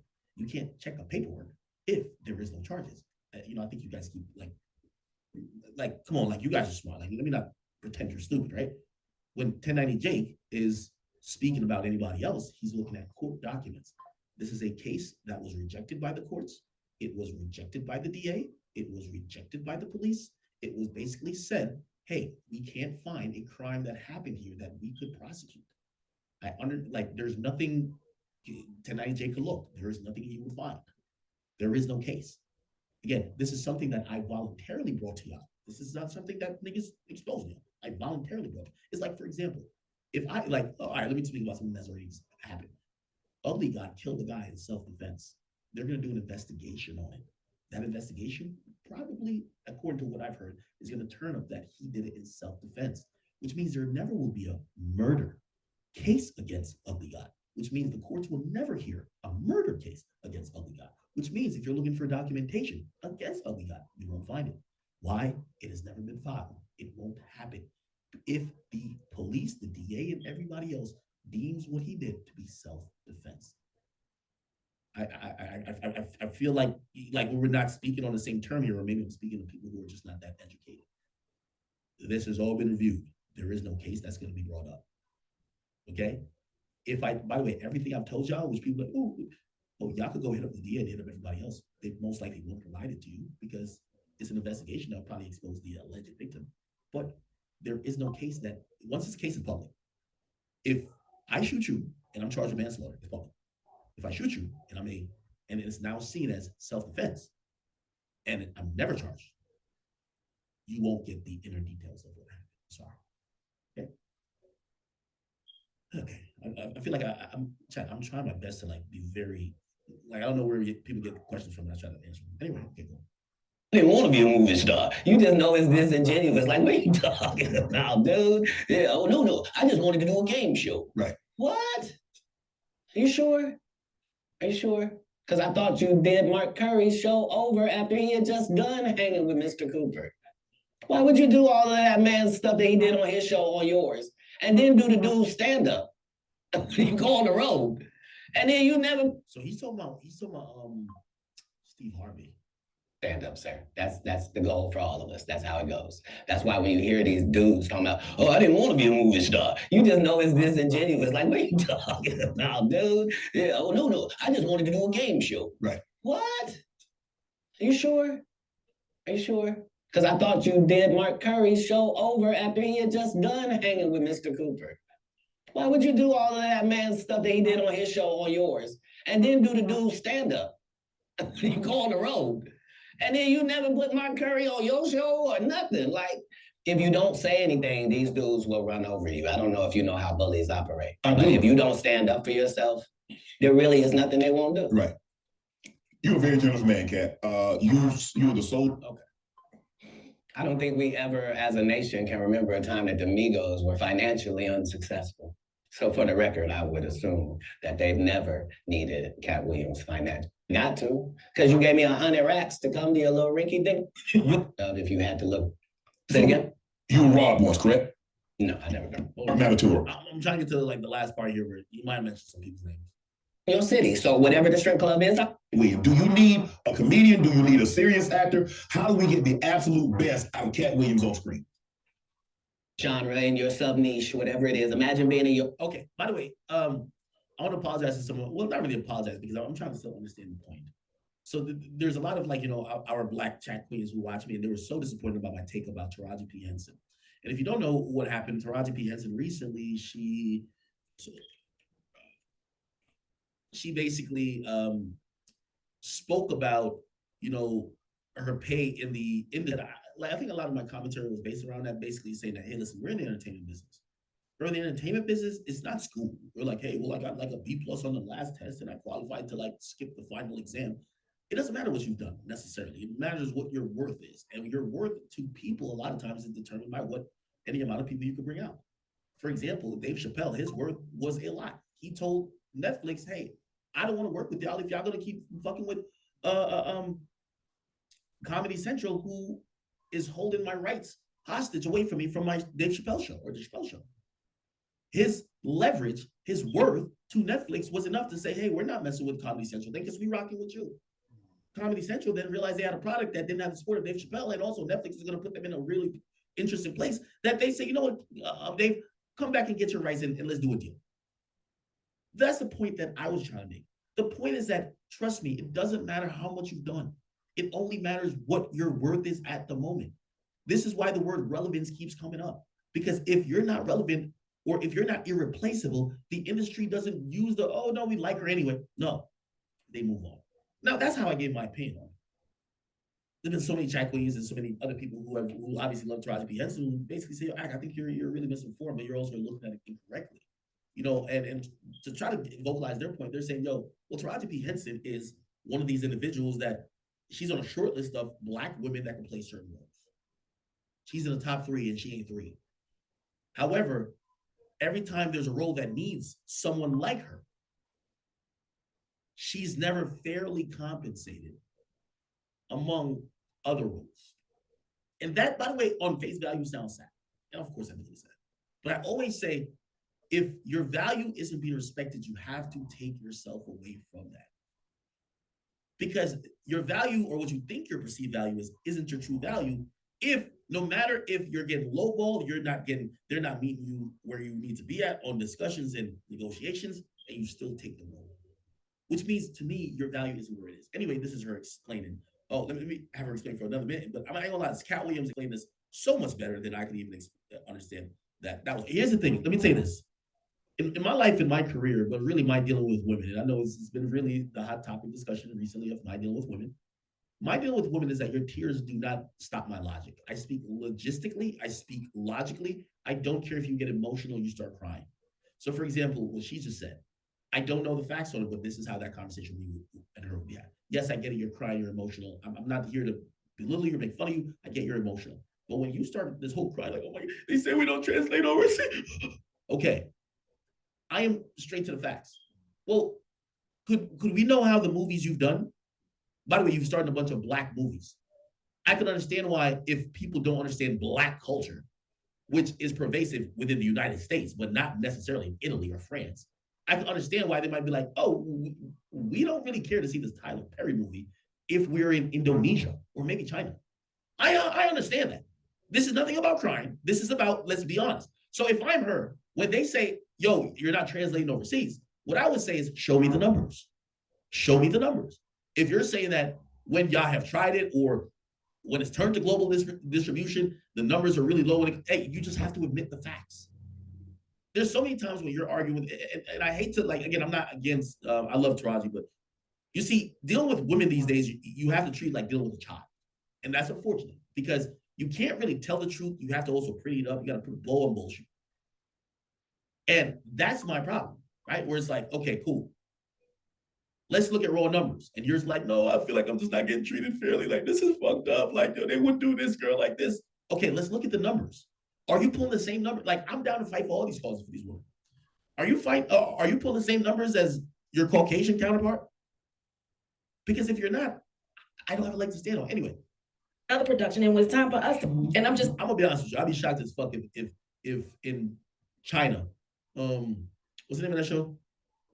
All them Tyler Perry shit be slapping on there. I'd be very surprised. Anyway, this is how Katt explained that. Hold on, let me go take a piss real quick. J.P. Henson got extremely emotional the other day. She was giving an interview. Yes. And saying that they're vastly underpaid and say the math is not mathing. They get X amount of dollars by the time Uncle Sam get his cut, by the time the agency get their cut, and what you see they were supposed to get is a fraction of that. Where do you come down on that, Katt? It was the saddest thing ever, because imagine being in your genre, in your sub niche, whatever it is. Imagine being in your lane. Imagine being one of the very top of your lane. That to the point where if they don't take you for the role, there's not 3 Black actresses that they can say are bigger than you that we're gonna give this to. Imagine you being at that point and have to humble yourself and say, they're not paying me, y'all. And they're not making my pay go up because I'm doing better or nothing. It don't matter to them that I'm famous and people know me or nothing. They want to pay me exactly what they paying the new girl. And I've been suffering under it for a decade now and just taking it. I just been getting whooped. But I just gotta come say, this is wrong. We should be ashamed. But this is a country where we don't pay the teachers and then we say the kids is the most important thing. You can't have both of them. If you do that, we're gonna end up with a generation that can't read. Guess what? Generation Z and A can't read. Why? Because we was giving them a book. We got an iPad or a phone, and now the letters don't mean that there's no cursive writing. Right. Sorry about that. So yeah, this is what period of time it's in. It's the period where the victims get to say, they've been hurting me for a long time. And I just ain't saying nothing because I was trying to be strong and I didn't want to shame anybody. When our people call out for help, we gotta understand. You know what I mean? Like we put too much pressure on Tyler Perry. You know what I mean? He ain't put nobody on. The people that been in his productions, they not famous. All of them could walk through them all without security. Be what you're gonna be, but put your people on. If you a gay person and you in there, put some other gay people on. Put somebody on. Or don't be wondering why people keep saying gatekeepers. Because clearly, y'all keeping these gates. Clearly. Wow, now, how difficult was it for Nick Cannon to get you on, and what was that experience like? I've known Nick Cannon since he was a teenager. He had to have his, in the comedy club, if you're underage, you can't be in a regular club, you have to be in the kitchen. Right. So I was the master of the kitchen every comedy place because I got a child and my child is back here in this place while I go on stage. Right. So I've known Nick Cannon since he was 14. Nick Cannon has never called and asked me to do one single thing, and I turned him down because I've known him since he was a young Black child in Hollywood. So what I did in Wild 'N Out was to be his protector and to be his voice with hip hop. So the whole thing was the thing that he was trying to do had never been done before. You can't bring 6 comics in and let 6 comics talk shit about 6 rappers because the 6 rappers will beat the 6 comics' ass. Right. You would have to have a comic that could actually stand in between and go, look, we comics, we gonna say what we gonna say, y'all gonna take it and understand it's a joke. If you wanna fight, we fight before the show. So you can go out there with your black guy. And we're not gonna do it comedically. This is what needed to take place in order for it to be successful, which is why it had already aired and didn't work. And then suddenly when it comes back with me, it suddenly works. Because respect has to be in there as well. If you're trying to do it with Kevin Hart, you and him gonna get run over. You a teenager, he 5'2". Like, what's gonna happen? Who are some of your favorite young comedians? I haven't seen a young comedian I don't like. If you name any of the young comedians, I'm aware of all of them and they're all doing a great job. It doesn't matter if it's Country Wayne or Desi Banks, it doesn't matter if it's Carlos or Chico, it doesn't matter if it's DC or Just Hilarious. It really doesn't matter once we go to the young part. The young comedians are dealing with things that we never dealt with. And so that gives them more benefits, but it also gives them more chances of failure. So it's not easier for them. So yeah, I'm a big supporter of young comics. We have Miss Pretty Ricky and Takara Williams. I've taken 25 Black women on the road in these tours. It's important to me that the young comic gets the benefits and the advantages of the big comics platform. Matt Rife, Wild 'N Out, recently got canceled. You see Jonathan Majors, what he went through, Marvel dropped him as soon as the conviction came out. And you were telling Hey, you saw that black woman come get his charge cut in half? Thank you, Megan Good. God bless you, coming to save that slave. If he had to be there by himself, he was getting awful. She came in there, was just so beautiful. They had to knock half of it off. Bless his heart. So Matt Rife, you know him from Wild 'N Out. He gets canceled for a time. Try to tell him. I never knew him from Wild 'N Out, to be honest. Okay. I came across him as a new comic. Okay. And yeah, I'm really just trying to see the comics, judge where they are, see it. Yeah. Right. Go ahead. So the canceling, what do you think about this cancel culture? You see the situation with Jonathan Majors. I mean, for all intents and purposes, I don't know if maybe he can bounce back in a couple of years, but man, he was hot. He was hot. He was cooking. I mean, you see him in Creed, he's in the Marvel movie, and then Just like that. Maybe I'm a conspiracy theory, but I thought Cat Williams said any time they make you into that position, part of that contract is you do understand whenever we want to take it down, we can, right? Part of giving you the world. First of all, they went around the world for 2 years straight telling any women that would listen that this was a good-looking Negro. Since when? When did y'all start liking a big nose? And when did y'all like a little head and a big jaw? When? Since when? Tell me like my daddy. When you start liking my daddy? You like black people's features like that? If this ugly nigga is good looking, then all niggas is good looking. Anytime you see them telling you something you can't believe, just understand it's a play. And it don't matter. You're gonna know it's a play as soon as they get in that position and think they're gonna tell somebody something. No, you're not.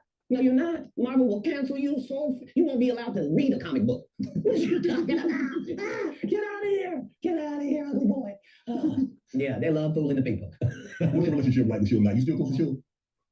Have you spoken to him? Have you talked to him recently? Yeah, it's doing good. Yeah, he's Man, when you a friend for life with Cat Williams. Yeah, because the people that come to me are trying to better their life. They're not trying to continue doing what they have been doing. Okay. So when somebody comes to me, male or female, it is in the auspices that this is what I did, this is what I used to do, this ain't what I want to do no more, and I want to do something else, and I'd like it to go a different way. Okay. That's what I offer. Yeah. So if you come to me under those auspices, then my loyalty is lifelong. Why would it not be? Tory Lanez and Meg. What would you take on that? Because I know you got to take on everything. It's a difficult position because somebody's not going to tell the truth, and the truth has got to be told. In all circumstances, the truth has got to be told. So if you don't want to say she shot her, then you shot her, and that's the end of that. You say have you ever spent time in jail? 30 times. When you was in there, what was going through your mind, Cat? What did I mean? Some people like, man, I had an opportunity to reflect, and I was like, man, this ain't the place for me. I ain't coming back here. When you did, so what? I've never been in jail, and it was my decision to be there. If it's dangerous to be in the hood and you have to have a gun on you for protection, and it's either be judged by judged by 12 or carried by 6, I'm always gonna have my heater on me. So if you want to tell me that you're gonna pull me over 15 times looking for it, I'm gonna tell you 15 times you're gonna find it. Unfortunately, I smoke cigarettes and weed. If you catch me 15 times I'm gonna have it on me. What do you think I'm in jail thinking? Oh, I don't fuck up. Damn these decisions. I'm not gonna protect my life at all when I get out of here. Fuck it, let them do what they want to do to me. No, when I'm in there, I'm fine, and I'm understanding that I'm put here for a reason. And the people that get joy off me being here are really gonna look stupid because I'm finna be free. Because you gotta be setting this up. I'm never anywhere to get anything. You don't know I just made $300,000 in your city. That's why you think I might be out here as a ne'er-do-well. You think you smoking weed? Yeah, he's got a medical license for it. He needs it. It's his only medication. Do you mind if he takes it? It helps him eat. Because he does 100 city tours, flying across the line. And so he doesn't get hungry on the regular. He doesn't get sleepy at night. He's got to literally put himself to sleep. He's got to make himself eat. So this marijuana helps him do both of those things. Marijuana helps sleep? Oh, yeah. Because remember, as a comedian, what you're doing is against your natural timeline. Your natural timeline wouldn't be that you would start your workday at 8:00 p.m. Right. And then your workday is over at 2:30 a.m. Like, that's a weird, yes, right? So to tell your body now that we're pumped up on endorphins, now let's go to sleep at 3. It don't work like that. Your body has to try to get a whole new schedule. So, it suffered, but that's what works for me. I consistently used it. I told people all across the country, don't worry, this will be legal in our country. As soon as they find out how to charge taxes for it, we will be legal in this country. Do they view me as some sort of visionary for my forward thinking? No. You on drugs. Yeah, but how you been? I mean, bro, every time they try to put you down, they try to put you to the back, you bounce up, you move right back to the front. Damn, you like a Super Bowl. You just keep bouncing and then you bounce higher. Trampoline skin is something that you ask God for. When I watched you play football, you had it.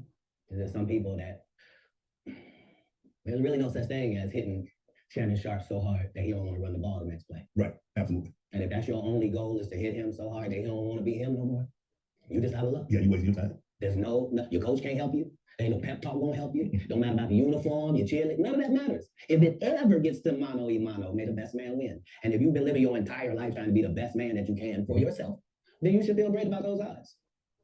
What do you think about Kanye rants? What's going on with Kanye?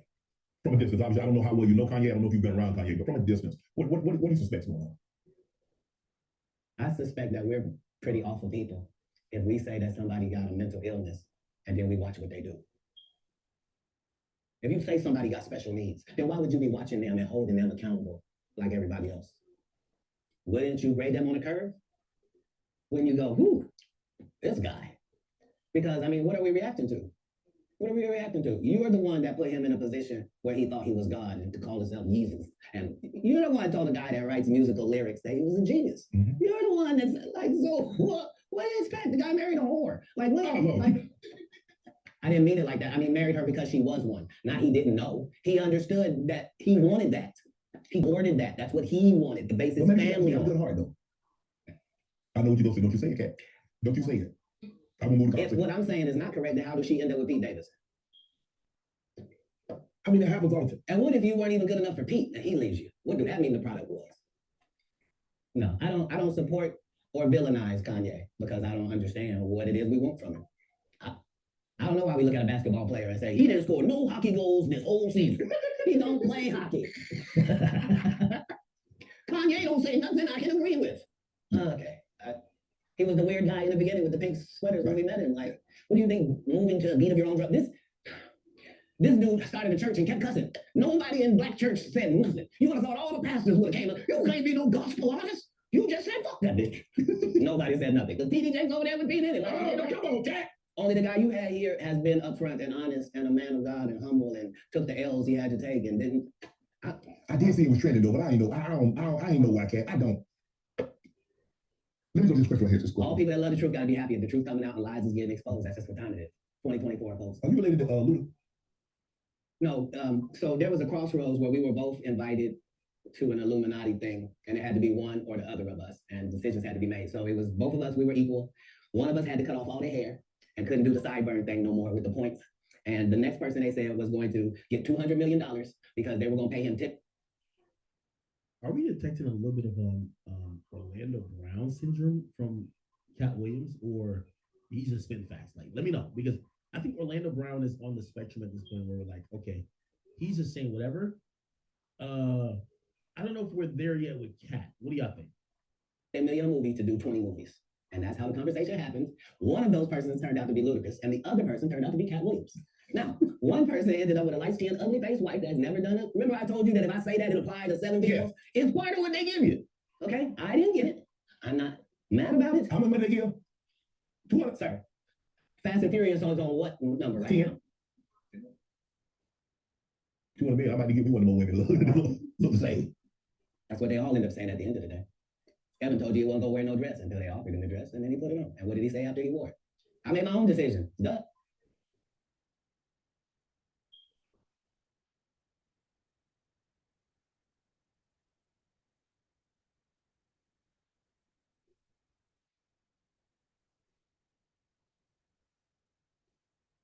And we, any hot say your perspective has every experience is come. Here's my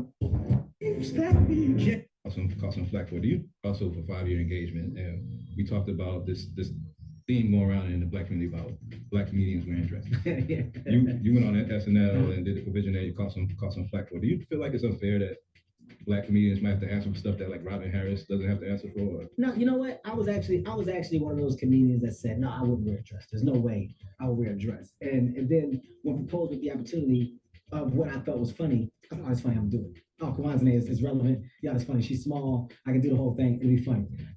I think now, knowing about the opportunities that can be thrown at you, it's all about choice. You know, nobody makes you do anything.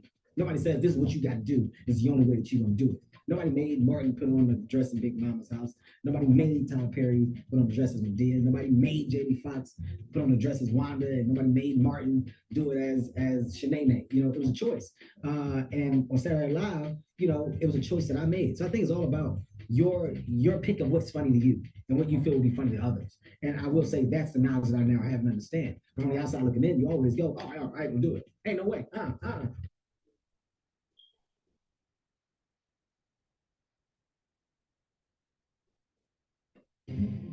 Gather to select the new pope. Everyone choose. from the Sistine Chapel, meat pope is not Turks. I couldn't that didn't take too much comedic talent or artistic skill. Why couldn't Kevin Hart have opted for a woman? She's a real cutie Pope Judy. Absolutely, Wolf. And oh, this is sad. Retired Pope Benedict and registering with the crown. Why I gotta do it? I'm gonna compromise myself for what? I am who I am. But then you're in a movie, and then it calls for a funny scene. Hey, what if you went in this way? If it's actually funny, it's funny. So at the end of the day, I think funny is funny. You can't put rules and regulations. But you didn't make it before they brought it up, did you? Okay. All right. You have a lot of politics. Never talk about it. I'm not that controversial. Where are we headed, Kat? This is sad. We've never been here before. We've never been at the point where neither option is good for us in real life. No. This is a different conversation. This is, would you rather go back with your ex or would you rather go back with the person before them? Both bad options. Like one guy can barely put his sentences together and the other guy will put sentences together from whatever he's read or whoever told him. Like, but how do we get here? How do we get here? All division divides. There's no way around that. All division divides. Politics. That sounds like some Joe Budden shit. You ever hear Joe Budden say some like shit that's supposedly be like supposed to be deep, but all he did was just use the same thing twice. All division divides. Well, the definition of division is to divide. What the fuck do you mean? It's like, yo, all separating separates. All separatism separates. All healers heal. Like, you almost feel stupid if you don't get it. It's one of those things. It's like, yo, you almost feel stupid if you don't get it, so you just gas it out. Oh, yeah, that makes sense. Hell no, that don't make no fucking sense. That's that fake philosophical shit. Like, wait, what? Nigga, you don't, what the fuck? Even in the beginning when our Constitution was drawn up, the two parties was not what they had in mind. No. They always thought that it would be two main and another independent party. They always assumed the independent party would be just as strong as the others. A lot of that just didn't happen. And that's what I learned more from comedy is that Republicans laugh at the exact same thing that Democrats laugh at. As long as I'm talking to Democrats, I can make them laugh for 1 hour straight about what Republicans do. By the same token, I can go talk to Republicans for 1 whole hour and have them dying about the stuff that Democrats do. But at the end of the day, who does that? Yeah, your team got offense and a defense. They're not supposed to be enemies. The enemy is the other side. You can't do politics like that. Nope. It's not good for the country. Man, you see this Mark Zuckerberg? Anyway, they played the Martin Lawrence one, and I think that's the oh, well, I gotta play this part too. Let me just play.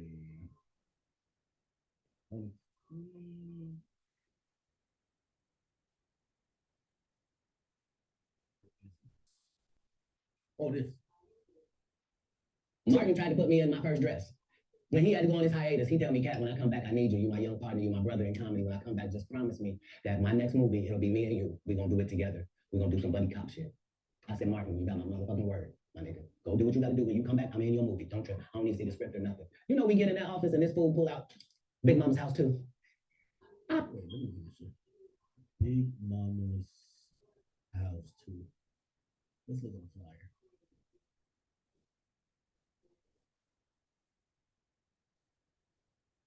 What the hell?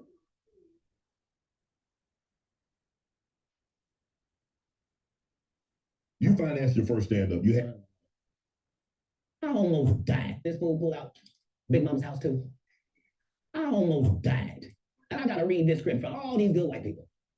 Where this nigga want me to get in a dress with him. And I'm literally saying to everybody, why is he in a dress again? You already played the old lady as an FBI agent. We can play anything now. We can be playing the dog catcher this time. Why do we need to be in a dress? And I get so mad, I say, you don't want me. You want Brandon T. Jackson. And that's what they went and got. Twice I said it, they went and got him. Just like I'm telling you, I had the other dudes work. I had all of it. All I did was say, I want to punch it up so it's not offensive to real niggas. And that's how I got in this position.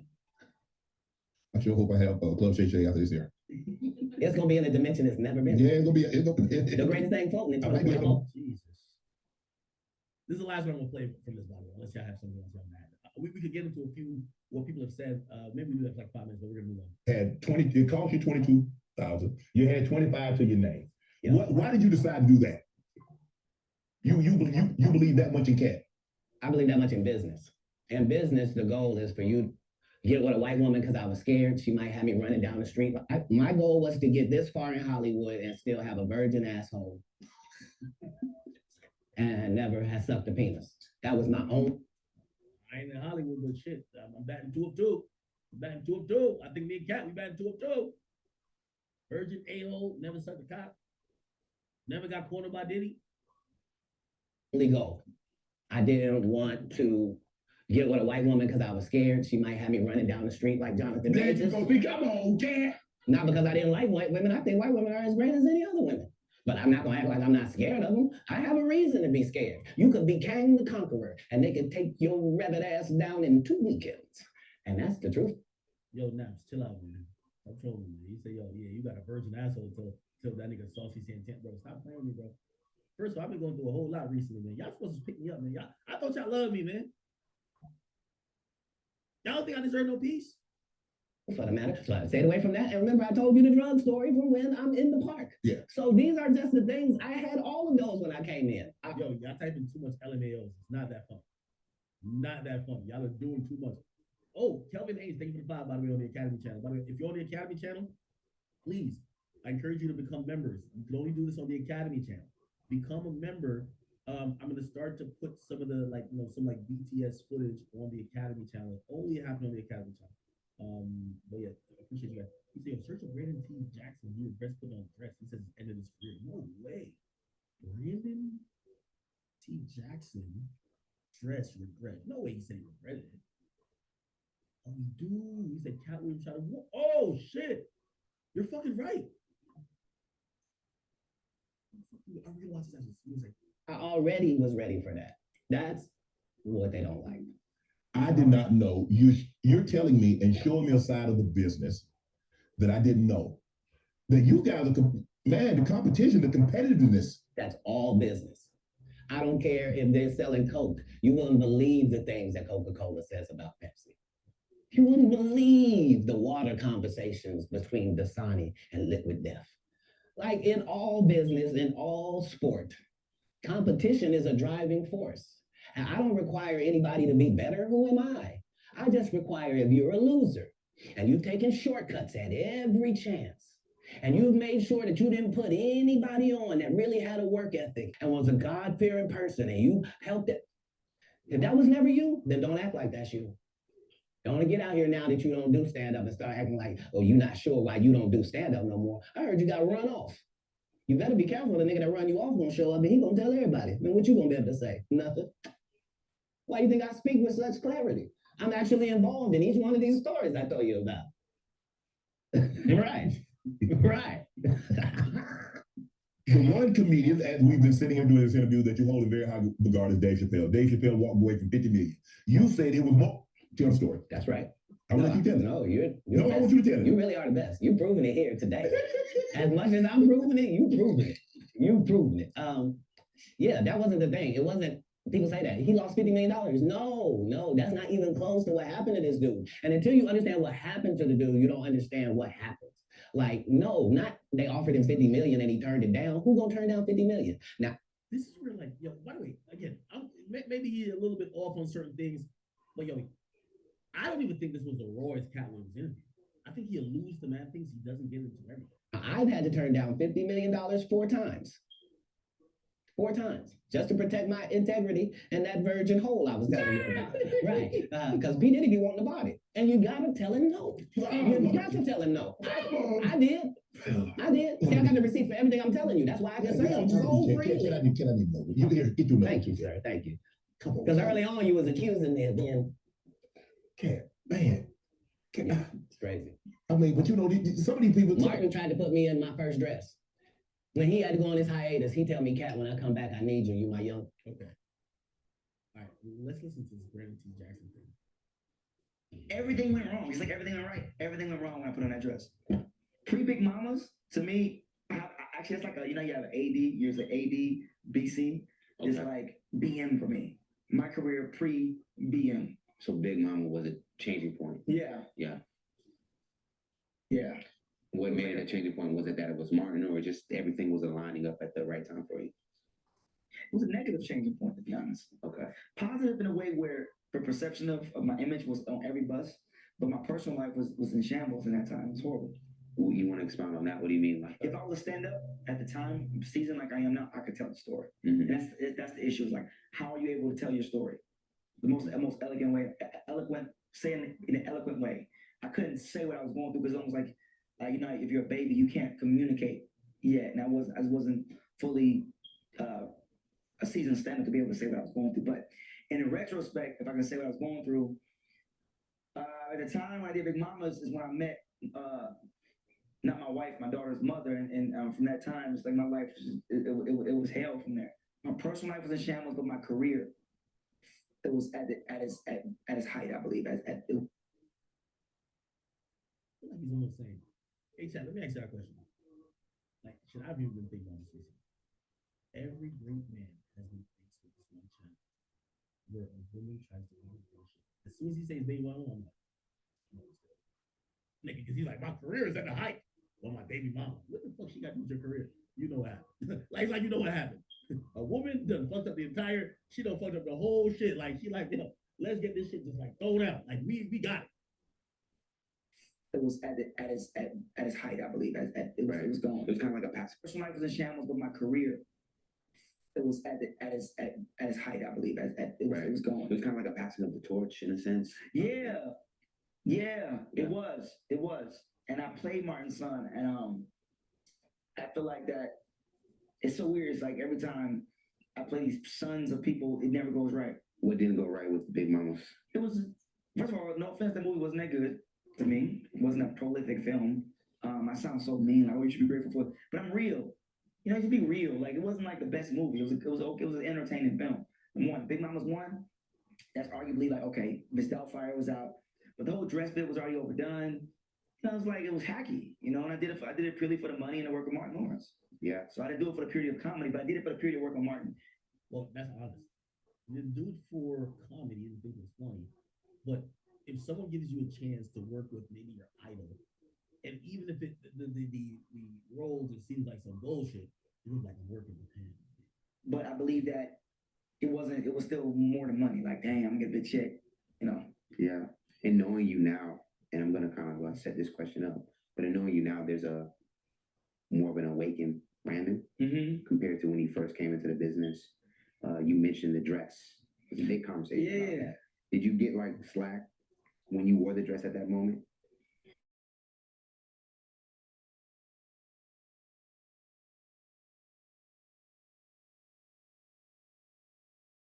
He was heckling me. He was really trying to help me at the time. I know that. I was like,